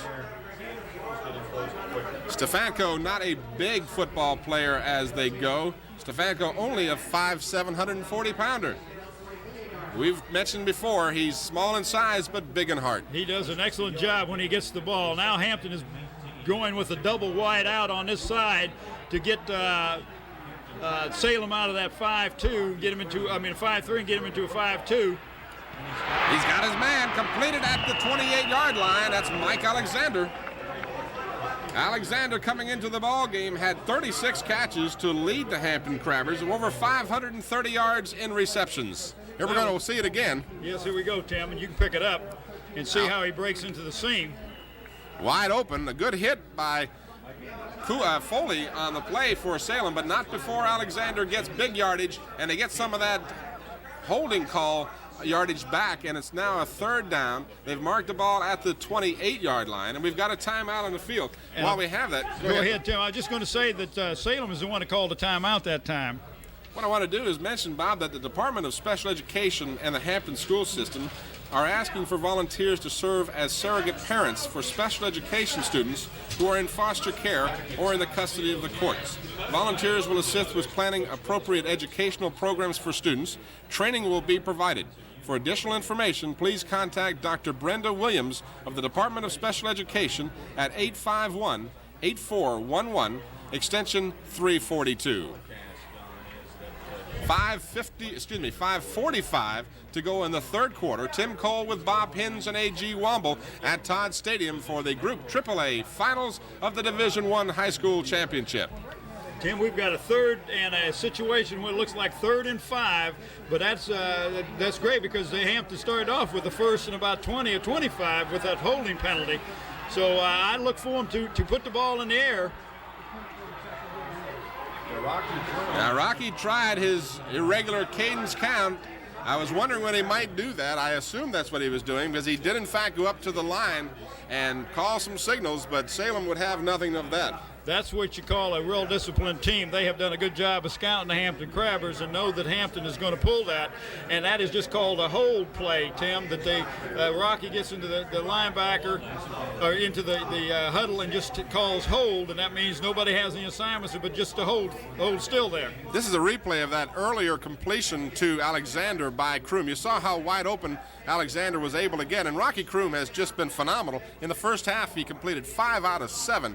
And one of those 2 that didn't get completed was completed to a guy in the wrong jersey. So it sure was down at the 4-yard line. Yes, you're right there. But the Spartans have not yet put any pressure on Rocky as he is back to pass. He has virtually had all kinds of time to pick out the open receiver. Now Hampton is coming out this time. They're putting 2 wide receivers to the right-hand side. That will split open that defense. And hopefully Hampton can get somebody into the seam and pick up this first down. That's Alexander and Custis at the top of your screen. Officials have just about got the ball set to go. 3rd down and about 4. Pitch back goes to Calvin Knight. Knight looks for a hole, drives down inside the 23, and it's going to be close to a first down. You have to wonder if it's not a first down, what the Hampton Crabbers may elect to do. Well, I don't know what they'll do, Tim, but I don't know if this is out of the field goal range for Houston or not, because if they're spotting the ball at the 29, so he'd be kicking from about the 31, which would make a 41-yard attempt. And no, they are going to go for it. I see both Jeter and Stefanko coming in. So it's a big 4th down and 1 at the Salem 24-yard line. Both sides of the stand standing and cheering their respective teams on. The Crabbers know how important this play is. And it looks like we have movement before the snap of the ball. The left tackle for the Crabbers, 73, is Steve Mason, and it appeared that Mason left before the snap. He sure did, Tim. He jumped before the ball was snapped, and that's just will stop the ball immediately, won't even let the play begin, so it'll be a 5 yard, so that means it's 4th and 6 now instead of 4th and 1. There you saw it on the replay.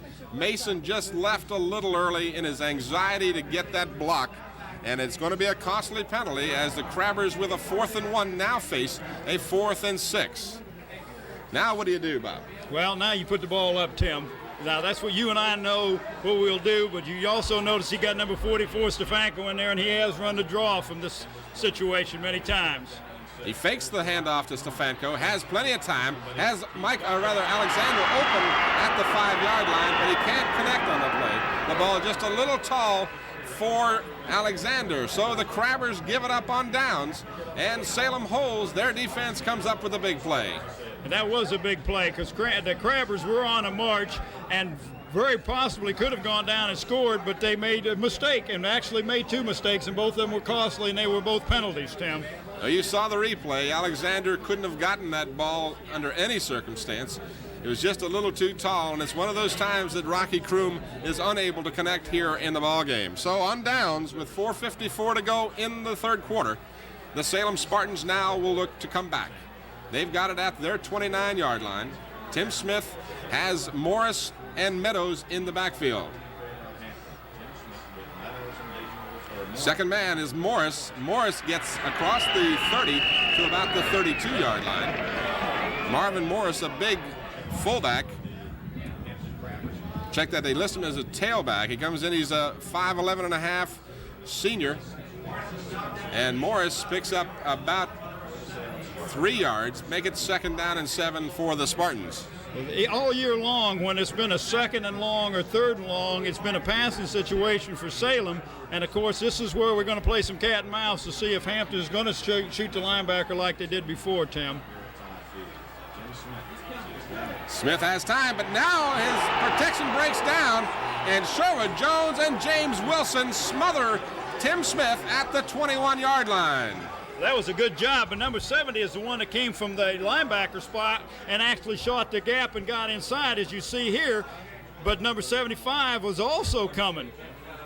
That's their 2 big guns. 75 Wilson, 70 Jones have done it all season long for the Crabbers. Well, if you just don't give the quarterback a chance to set up and pass, well, then you're gonna take them out of their game, Tim, and that's what they're doing. So it brings up a 3rd and long, 3rd down and 16 for the Spartans, an obvious passing situation. Smith fakes and rolls to his left, looking downfield, has a man open, knocked away. Defending on the play for the Crabbers was Anthony Billups as he reached in just as the ball was getting to Foley, the intended receiver, on a super defensive play. And that'll bring up a punting situation. The receiver was very, very upset, as you can see here. Let's watch this on the replay now and see if we can't determine whether or not there might have been an early hit. The Salem side, of course, trying to say that a defensive interference call should have been forthcoming. None was, and it's 4th down and long. Fitzgerald in deep punt formation gets a high booming kick. A fair catch called for by Stefanko, but he is going to let that ball roll, and it's going to roll dead. It starts to take a Hampton bounce, and they finally touch it down at the 42-43 yard line. Tim, this is the first time that Hampton's had decent field position on an exchange of punts or beginning of the ball game, and there you I don't think they're going to know what to do. There you see a shot of the tremendous crowd on hand at Todd Stadium. I don't believe there's a seat left in the house. I don't think so, Tim. Salem with a tremendous representation. Of course, Salem, a long ways from here. These folks made a long trip out here to support their team. So the Crabbers get it at the 43. It's Calvin Knight that carried the ball that time, Tim. Calvin Knight carries across the 45 to almost the 47 yard line. Now they mark it at the 46. So a 3 yard gain for Calvin Knight as the Crabbers now once again will try and get a drive going as we are late in the third quarter, 2:45 to go, the clock moving. Alexander comes to the near side. Dickerson and Stefanko are the backfield. Rocky Kroom, the quarterback. Second man through is Stefanko, and he is nailed. As over there making the stop was Larry Wills, number 35, along with David Charlton, number 65, as they met Stefanko and stopped him dead in his tracks. In fact, I believe he lost maybe about a half a yard on that play. But There this you is see it. definitely a passing situation. As you can see there on a replay, he was really met good by number 35. Wills, the co-captain for the Salem Spartans.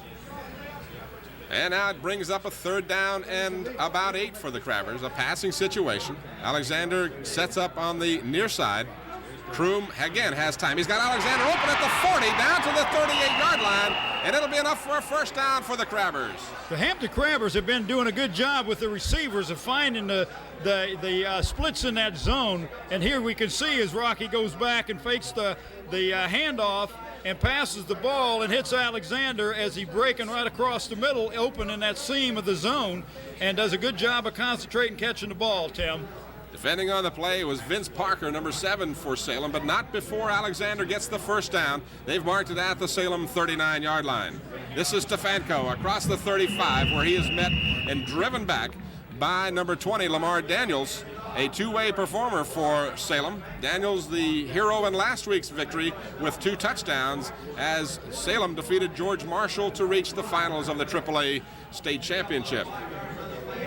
So 5 yards on the carry by Stefanko gives the Crabbers a second down and 5. Down close to 1 minute remaining here in the third quarter.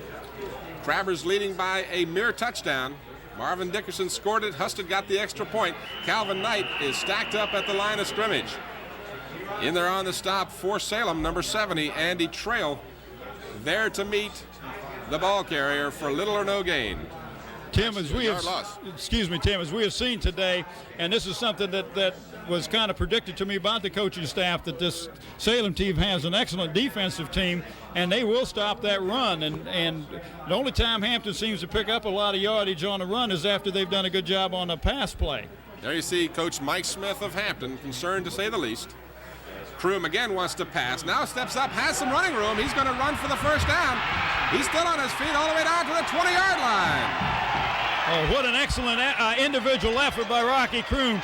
He just saw that there was a lane open to the right and he could pick up the first down. I don't know if the receivers were covered or not, but they probably were. Here we can see him as he steps back, but you can see the zone, the lane that he's got there, and he just does a good job of avoiding the tackle and picking up the first down, and then actually breaking one tackle to get down to the 20-yard line. So Rocky Kroom has the ball at the 20-yard line of Salem. And an injured player being helped off the field on the far sidelines for the Salem Spartans. Coming off under his own steam. I wasn't able to pick up the number of the injured player, but he appears to be just shaken up, hopefully minorly. Tim, that's going to be the end of the third quarter because they're just letting the clock run out.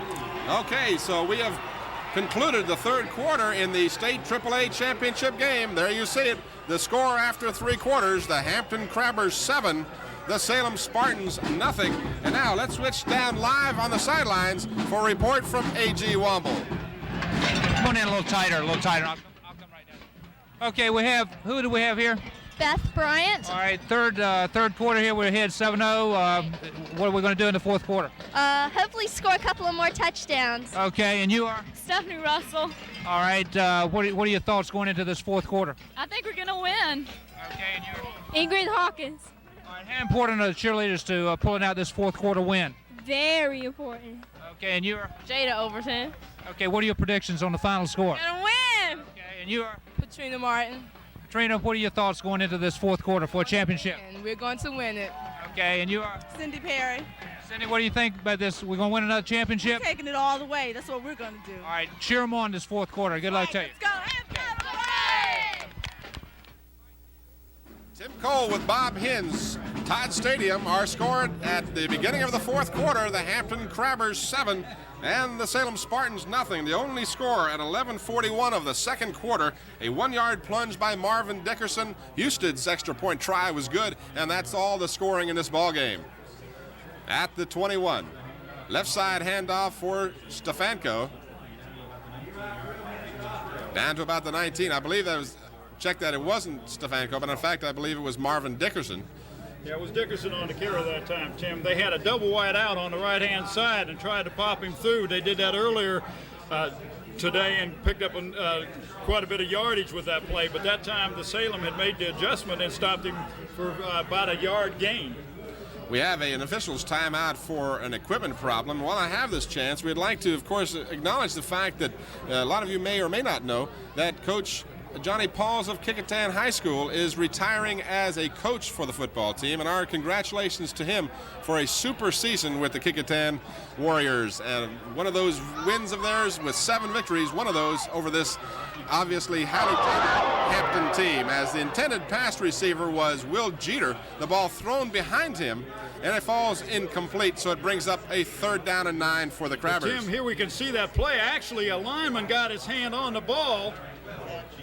2 people hit the ball before it got a chance to get to Will Jeter, but that was a good play, but a nice defensive play that time. But now we have a 3rd down.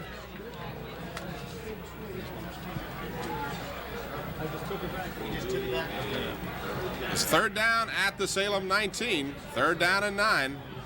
Custis and Alexander set up at the bottom of the screen. Intended receiver Will Jeter at the 10, down to the 5, to the 4. It's a 1st and goal for the Crabbers. And number 1, Mac Alexander, was wide open going across the middle, and everybody thought he was going to get the ball.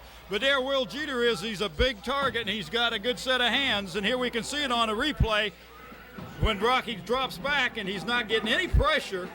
But you can see number 1 was wide open, but Will Jeter did a good job of dropping his head and picking up that extra 2 or 3 yards, Tim, and we got a 1st and goal from the 4.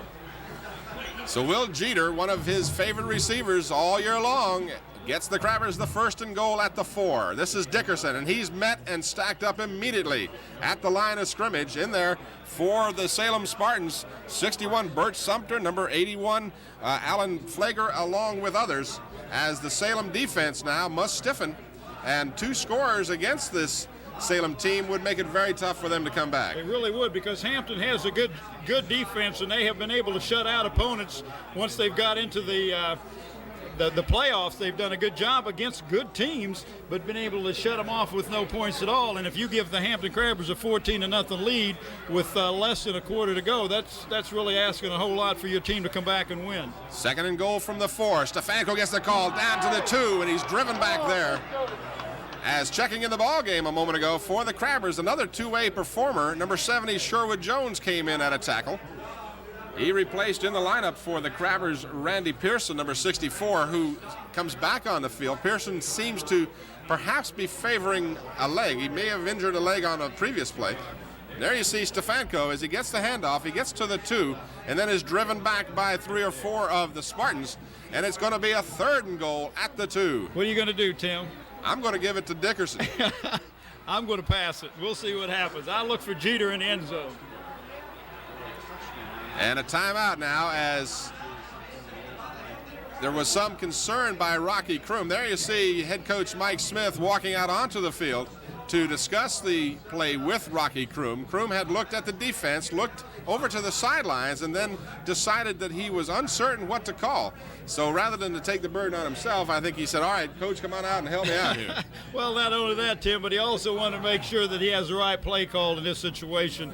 And, of course, that's when you go to the head coach. Here we can see Stefanko on that last play as he gets down to the 2-yard line. He puts his head down, but as small as that young man is, he takes a beating in there, but I tell you, he jumps up and acts like he hadn't been hit at all. David Sweeney, number 83, on the initial stop by Salem. So Smith has had the discussion with the team, and they're set to go. There you see our score, 4th quarter, 9:40 to go. And the crowd on the far side for the Salem Spartans exhorting their team to play defense. Momentary delay as the officials are waiting for the completion of the timeout. There we go. There you see a lot of the Hampton Crabbers fans, a full house here at Todd Stadium. 3rd and goal. Touchdown! Hey, we were both wrong, Tim. What an excellent call, because he went right behind that center and nobody touched him. They didn't look for the quarterback sneak. So here it is. Here we go, the replay. Rocky Kroom really faked Salem out. He was untouched as he went the final 2 yards, as we saw him do last week in a similar situation with 7:17 to go against John Marshall. He did exactly the same thing. Houston on to try the extra point. It's long enough, and it's good. Tim, let me tell you something about that play. Now, Hampton normally goes on a 2-count cadence. They'll go, go, go, and go. That time, he went on a 1 count. He got up, and the ball was snapped almost immediately, and Salem wasn't prepared. As you can see, it was quick.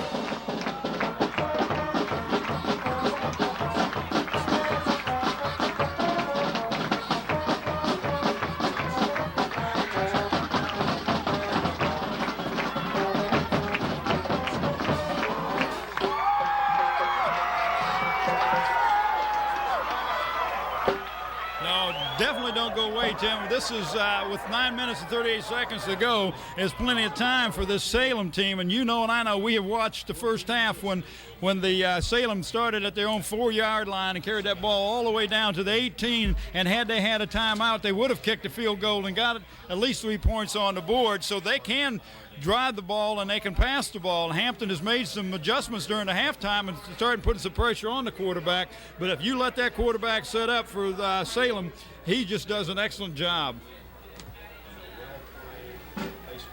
In the fourth quarter here, Salem, of course, will not be concerned about a wind because there virtually is no breeze going here in the fourth quarter. Tim Smith, the quarterback for Salem, has been super, to say the least, today. He has done an extremely good job moving the ball, but unfortunately for the Salem Spartans, they have been unable to get into the end zone, and of course, that's the name of the game.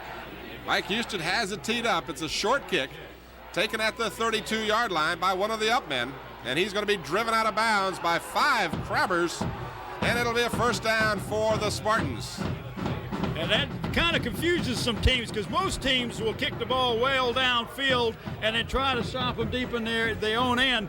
Hampton has a philosophy sometimes of just popping that ball over that front line and get into the hands of a guy that's not used to carrying the ball, and hopefully he can get a turnover. Here you see it fielded by the man on the up man, and then a real pop, a head-to-head clash there, and then the Crabbers just simply swarm over the ball carrier.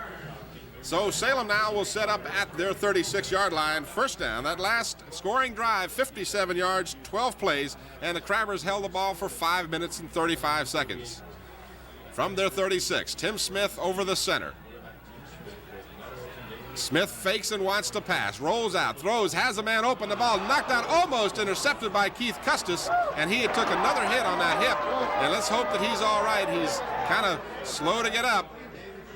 But Custis, being a tough ball player, will do so, I'm sure. There, we're going to get a replay on this. Yes, that time Tim Smith, when he set up there, he pointed to the man that was going to come in on the blitz.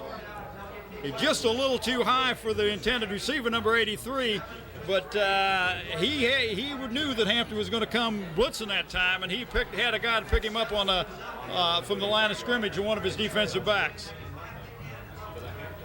9:10 the time remaining. Smith gets pressure, and he's going to be taken down. Sherwood Jones in there with James Wilson again.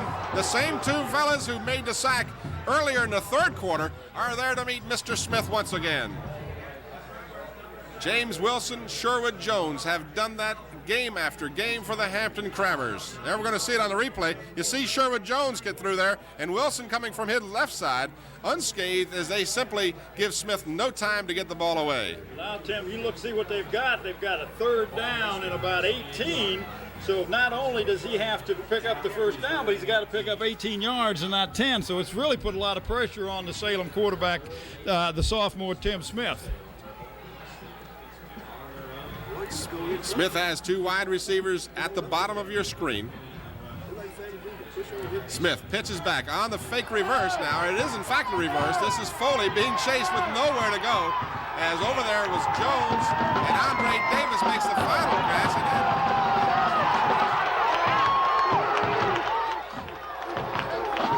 For Salem, I think that's probably going to cost him a couple of yards. Oh, that's good. Just frustration, Tim. The young man is frustrated. They tried a sort of a dipsy-doodle type of play with the reverse, and he couldn't get away, and he was not quite out of bounds when the young man hit him, but then he just got frustrated. As you can see right here, 23 with the ball, and he's trying to make a move, and right there he's not out of bounds yet, and there he knocks him out of bounds, and he throws the ball at him. Of course, that's a big penalty, and it's really uncalled for, but I can understand he's really frustrated. Well, we'll see if in fact they have offsetting penalties. I'm not certain, but I don't believe they will. I think we're going to see the Salem team penalized for unsportsmanlike conduct.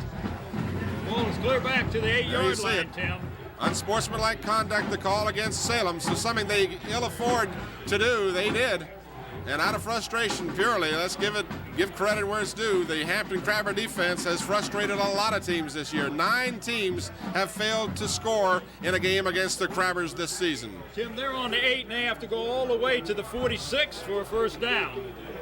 So standing about 10 yards deep in the end zone is Fitzgerald. He gets it away. It's going to be taking a Salem bounce, a good kick from the end zone, and it rolls all the way out to the 47-yard line. So the Crabbers, again, with good field position, but a fine job that time by Fitzgerald to get his team out of trouble. As we have seen time and time again this year, Tim, that the Hampton Crabber defense is the ones that's come up with the big play and has put the other team in the hole. We saw it when they played Green Run and their fine quarterback, and again, they're doing it now. Alton Grizzard, of course, the quarterback from Green Run, named the Offensive Player of the Year for the Green Run team, but the Hampton Crabbers feel like they've got their own Players of the Year right out here at Todd Stadium. 7:50, the clock moving, Hampton leading 14-0. Pitch back comes to Calvin Knight. Knight looking for some running room, doesn't find much as the swarming Salem defense is there to stop him for no gain. Tim, I got an update on that game with Warwick. It's in the third quarter, and the score is still the same, but Warwick is trailing by 7 points. Salem, or rather Thomas Edison, the opponent this afternoon for the Raiders of Warwick, and almost a 2-yard loss on the play for Calvin Knight.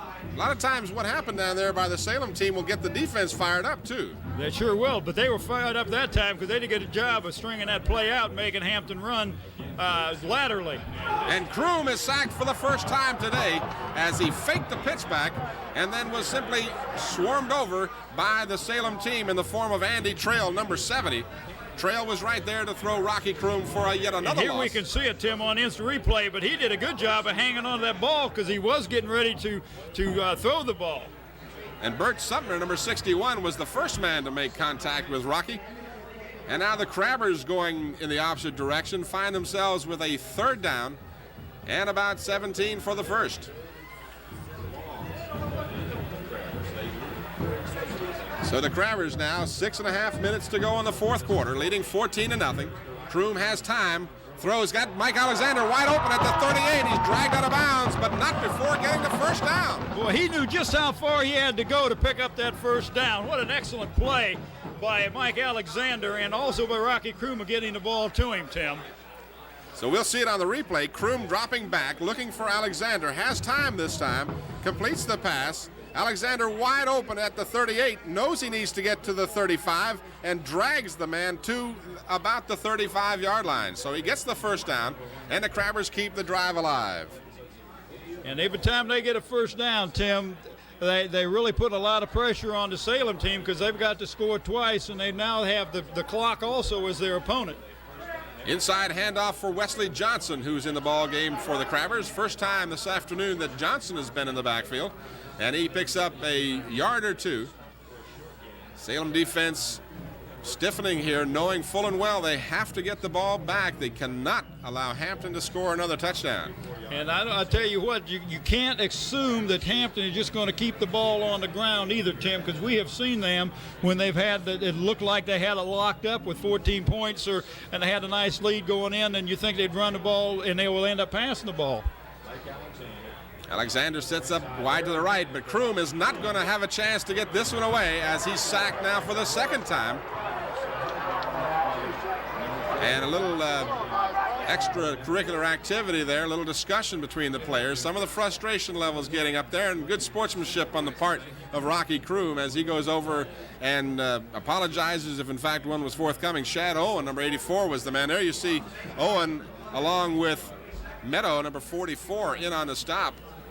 And Crew now is not having the success that he had before, but it's not really that important as we see the Crabbers wanting to call a timeout with 5:08 to go in the fourth quarter. The Crabbers on top by the score of 14-0.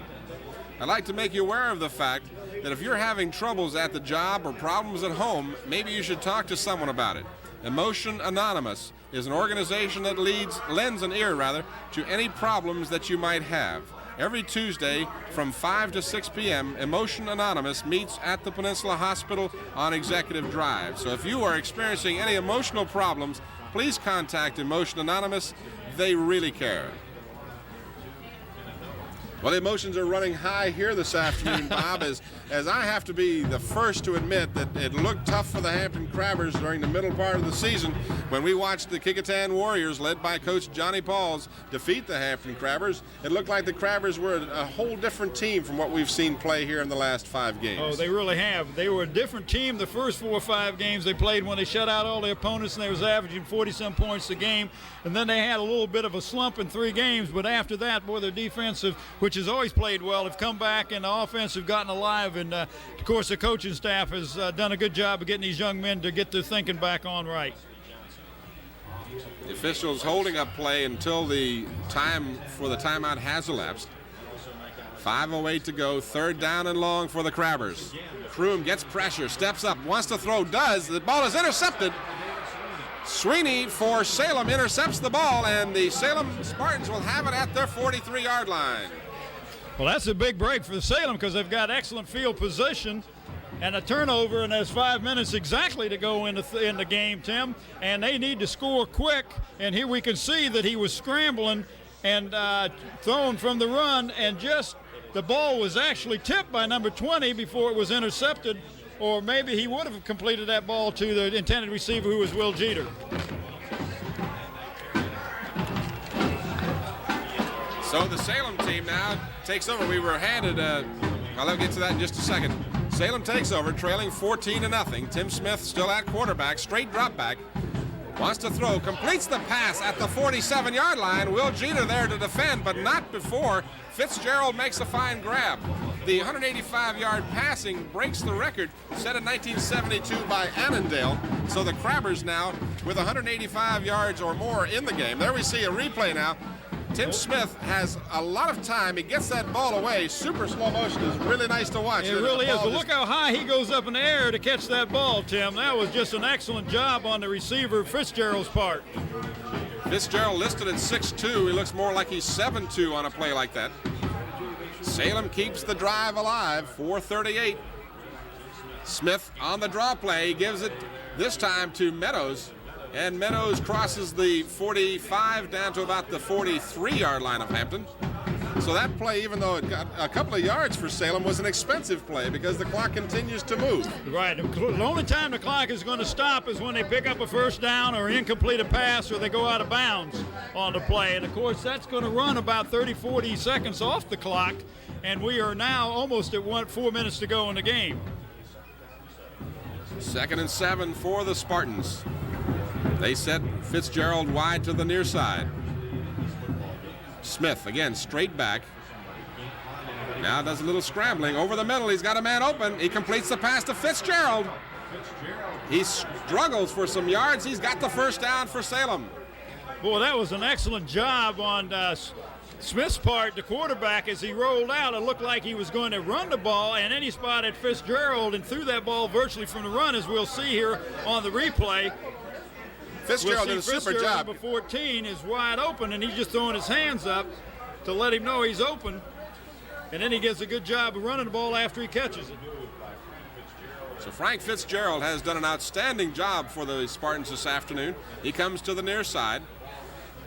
Tim Smith faced with the clock and a 14-point deficit. 3:25, the clock is moving. Smith passing on almost every play.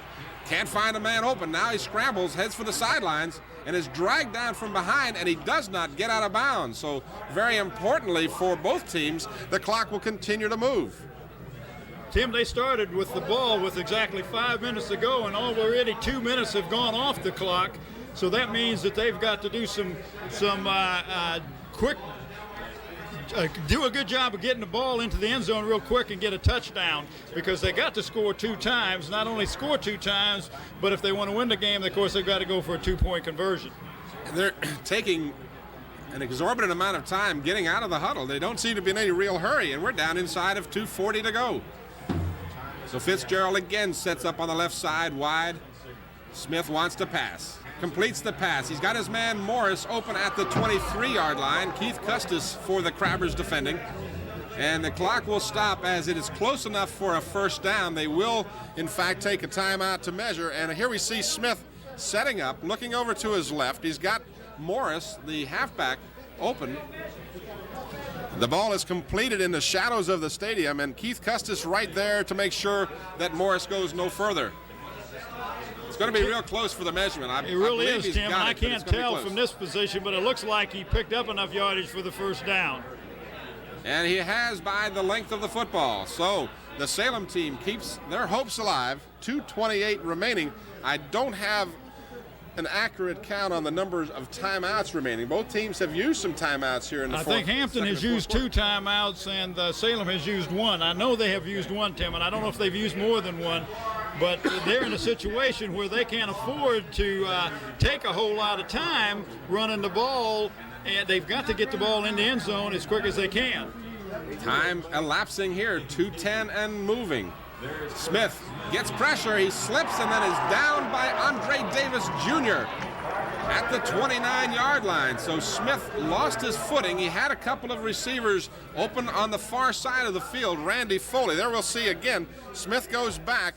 He tries to set and he simply goes down, and of course Andre Davis there to make sure, but in fact he was down and would not have been allowed to advance the ball. That's right, because once his knee hits the ground, Tim, he is down, and unlike pro where you got to be knocked down, you can get down, get up, and in high school you can't do that. You are automatically down once your knee touches the ground.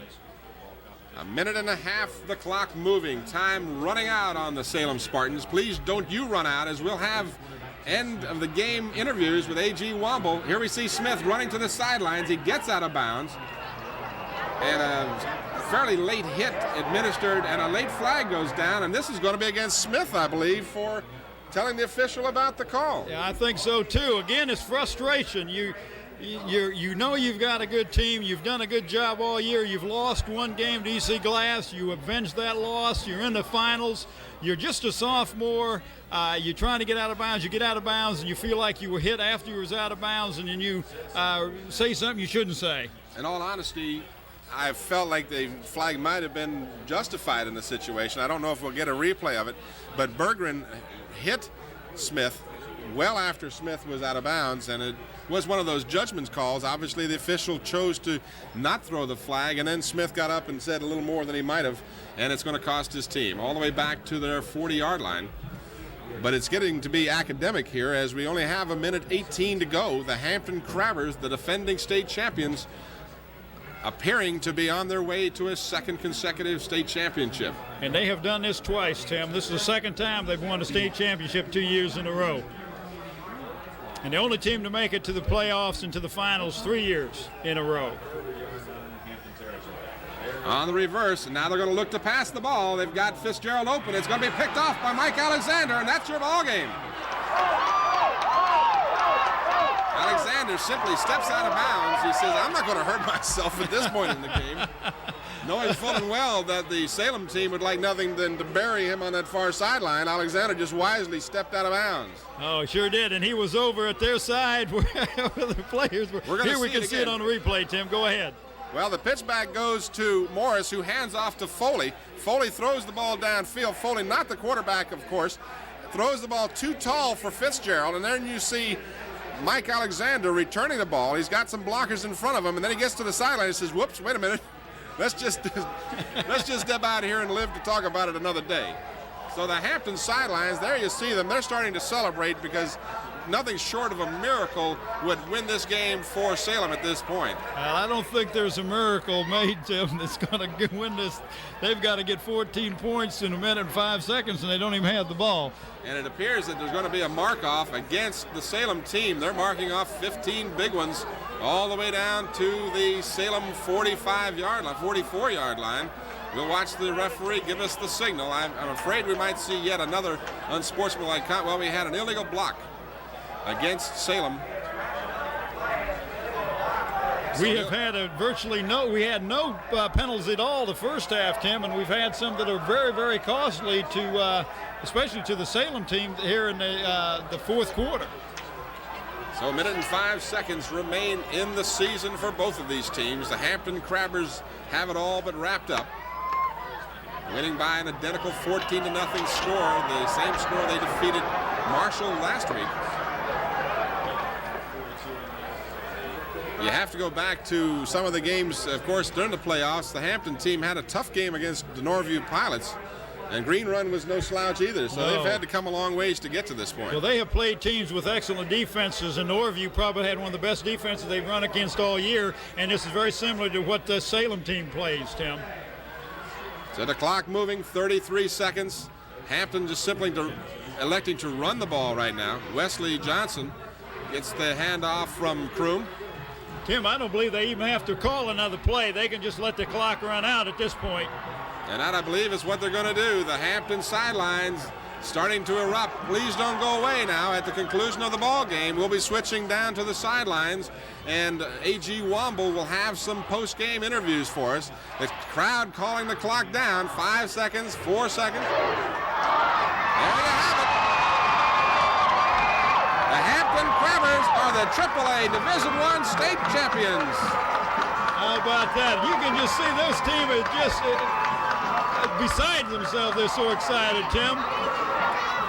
We're going to have some end of the game statistics because we'll be going back down to the field with AG and back up here to us. But as people can see on the screen there, the jubilation of the Hampton Crabber football team. We want to take this time, if I can, Tim, to congratulate Mike Smith and his excellent staff with Danny Mitchell and Alvis Mann and Walter Brower and Steve Washington have just done an excellent job. When a lot of people have counted Hampton High School Crabbers out of any playoffs at all, to get the team together and get back and get into the swing of things and come back with another state championship, 2 in a row, and that's just fantastic. Well, and the Crabbers, of course, as you said before, after that 16-5 loss at the hands of the Kecoughtan Warriors, the Crabbers had to come back and they had to win every game. Now, they defeated Warwick 3-0. They came back and beat Bethel in the annual tradition battle 10-0. Then they battled a tough Green Run team 17-8. Then they simply shut out Norview 13-0, John Marshall 14-0, and then finally here at Todd Stadium, a tough Salem team by the identical score of 14-0. There you see Coach Mike Smith on the sidelines, and we'll hopefully be able to switch down momentarily. I think we have A.G. Womble there, and we'll be able to switch in just a moment. But again, to recap the scoring for you, the scoring, Dickerson and Kroom. Dickerson, a 1-yard touchdown with 11:41 to go in the second quarter. The extra point try was good by Houston, making it 7-0 at halftime. And then Rocky Kroom, 2 yards out, as he did last week against John Marshall, with 9:38 to go in the game, made it 14-0. And now we're going to switch down to the sidelines and A.G. Womble. All right, Sherwood Jones, great game. Tell us about your thoughts on this second in a row state championship. Well, I feel good. I feel good about it. This is my 3rd trip here, and this one is kind of special because it's the 2nd time in a row. And I just like to say thank you to all the seniors. I think they did a great job this year. And I just want to say the defense, we had problems at first, but as the game went along, we got stronger. All right, Sherwood, of course you shut them out, but you have to be happy with that. I think it's the 10th shutout all year. Yeah, it is the 10th. We worked real hard this year, you know. When we lost our first 2 games, you know, people counted us out, but we made a strong comeback.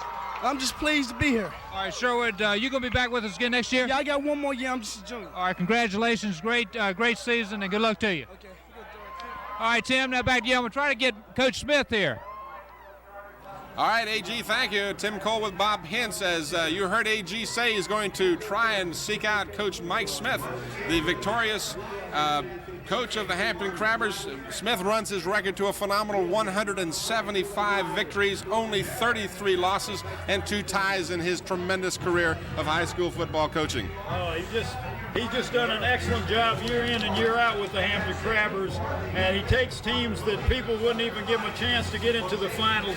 And Tim, we just got handed here the final team stats. If you want to go over those real quick for the game, we'll get those in before we switch back down to AG. All right, the stats, the final stats. Hampton, of course, with 14 points, no points for Salem. Hampton had 14 first downs, a like number for the Spartans. Hampton completed 10 of 15 passes with 1 interception.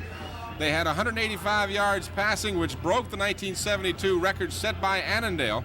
They had 32 rushes for 115 yards. They had a total of 300 yards for the ball game. And on the other side of the ledger, the Salem Spartans had 9 of 20 pass completions, 1 interception, that by Mike Alexander late in the ball game to secure the victory.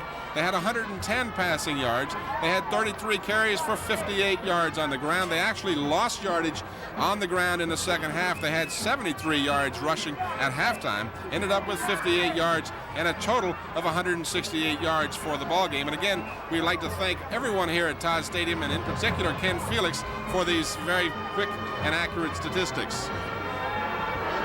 We're still standing by, hopeful that we can have an interview of Coach Mike Smith by A.G. Womble. I see him down at the center of the field. A.G., amongst others, trying to get in there to get Coach Smith to give us a word or two. Oh, listen, he's a very popular guy right now. You take a team and bring them to the state championship 3 years in a row, and you win the last 2. And, you're very popular. Everybody wants to talk to you and touch you and be a part of that excitement, Tim. All right, I understand. We're going down to the field now and listen in on the interview of Coach Mike Smith. Give it to him. Kids want to see the trophy. Oh, give it to him. It's third. You told me you didn't like to compare teams now about this team with last year's team. Well, I couldn't compare them because a lot of these guys were on that team last year. Yeah. This defense has been something else for you this year. Good job, man. I mean, you got 7 shutouts. How many? 7, isn't it? 10. Actually, it makes 11 because the only one that ran, they ran one back against the second team's Indy did against the kickoff team, but the defense itself has shut out 11 out of 14 of them. I feel like at the half, you were in control of the 7-0 lead, knowing your defense is the way it was. Did you feel like you had control of the game at that point? Well, I don't know if you ever control the ball games or not, but we got an awful lot of confidence in the defense. The offense was moving the ball well, It's just a matter of keeping them off the field. Oh, we had a good drive. We made a quarterback threw inside down on the fly pattern, beat a guy outside. We scored again later. I have with us now quarterback Rocky Krim. Congratulations, great game. What are your thoughts on this championship? Well, I'm very glad to be in the championship and winning it. I felt great the whole day. I got up in the morning, I felt great, and I knew if I came out here, we'd play our best, and we did. All right, what was the offensive game plan, Rocky? Well, just to control the ball and make them make mistakes. That's all. Okay. Did they show you anything different? No, they showed us everything that we worked on in practice and that we saw on films. They went into a 6 defense sometimes, but we saw that on film too and was able to pick it up. Okay, you had to be happy when you went up 14-0. Oh, I was very happy. I was kind of scared when they... Tell us about that quarterback sneak. I guess Coach called that. Well, it wasn't really the play. We had called the play before then, and he saw that the guards were way split, and he called a timeout.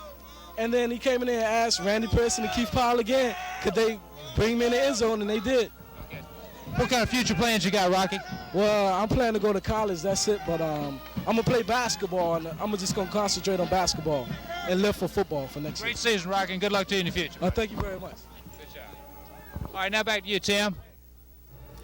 All right, thank you, A.G. As the crowd is filing out here, an overflow crowd at Todd Stadium to watch the Hampton Crabbers defeat the Salem team decisively 14-0, if in fact 14 points is decisive. When you have a defense like Hampton has, Bob, I guess it is decisive. It really is decisive because if you look at, since they played the Warwick game, they have given up the 8 points, and that was to Green Run. And you're playing from Warwick on, and of course Warwick is in the Division II playoffs, so they're no slouch. But you shut them out, you shut out every team if you played And Hampton, when they played Bethel was always a tremendous game for them. They shut out the Bruins, and they went on. They allowed only the 8 points the beginning of the third quarter over there at Green Run when we got that game at Killam. This defense, Mike Smith says it is awesome that they just are hungry out there, and they don't like to let the other team come in and score any points. They've got a lot of pride in their defense, and of course the coaching staff instills this into the ball players. But I'm real excited for Mike Smith and his coaching staff. They've just done a fantastic job, Tim. Of course, Mike Smith alluding to the fact that he feels his team registered 11 shutouts. Obviously not, but his feelings about it were that the 6 points scored late in that game where they won 52-6 was scored against the secondary one of the special teams on a kickoff return. That's correct. So his defense actually shut out 11 opponents this season, which has to be the most phenomenal record that you can imagine. We're still standing by. We think we've got maybe one more interview. AG is down on the field, and momentarily, we want to congratulate the seniors of Hampton High School. It's too many of them, of course, to run down all of them, but just a few of them. Mike Alexander had a tremendous game for the Crabbers. Rocky Kroom showing his maturity. Came in this year after backing up Michael Bullock last year. That's right. He did a super job leading the Crabbers without a great deal of experience when you consider he really wasn't the starting quarterback until his senior year. Rocky Kroom, as I said, among other, Calvin Knight is a senior, will not be back. Wesley Johnson, and many, many more. And I understand now we're ready to go back down to the field, and another interview by A.G. Womble. All right, Steve Mason and Mike Stefanko, great game, buddy. Tell us your thoughts. Well, we know we had to come in here and do it, and they was a tough team, but we did everything right, Came on good games. Yes, fired off the ball there a couple times when you had to. Oh, yeah, had to do it. We needed this one, so we got it. Okay, this is a gutty young man here. Mike Stefanko, great game, buddy. What are your thoughts? Thank you. We just went back to fundamentals this week, and the line, like I said, the line shot off the ball real well and opened up the holes for us. Okay, was it hard hitting going on there tonight? Yes, sir, they were. Every time I got the ball, at least 2-3 guys hit me, but I give the other team credit. They had a good team. Okay, you guys going to be back next year? Yes, sir, we will. Yes, sir. All right, we're going to win it again next year? Oh, yes. All right, good luck to you. Great game. Congratulations. All right, is Dr. Musselman around? Dr. Musselman. All right, we got the superintendent here now, Dr. Don Musselman. Don, this is two in a row here as being superintendent. What are your thoughts? Well, we're going for 3 next year. Okay. Don, of course, this was a great win for the Crabbers, great win for Coach Smith. I think this was number 6 for him. Did you think it was in the bag all the way? Certainly not. I tell you, Salem came to play. I thought Green Run was possibly the best team we played in the playoffs, but now I know Salem is the best team they faced. They got the good quarterback, they got the good line, they're quick, so I'd hate to have to face them again next year. All right, Hampton, we've got to be proud. And when you go to these superintendent conferences around the state, you have to be especially proud with these championships under our belt. Oh, exactly. I can hold my head high and walk with my chest out, but most of all, Salem's where all my relatives live. And now I can go back to Salem and visit. All right. How important do you compare academics and athletics? They're both important, of course. Oh, yes. If you aren't into academics, you're certainly not going to be in athletics. It goes hand in hand. Okay. All right, congratulations again, Don, and let's make it 3 in a row next year. All right, thanks, AG. Okay, now back to you, Tim.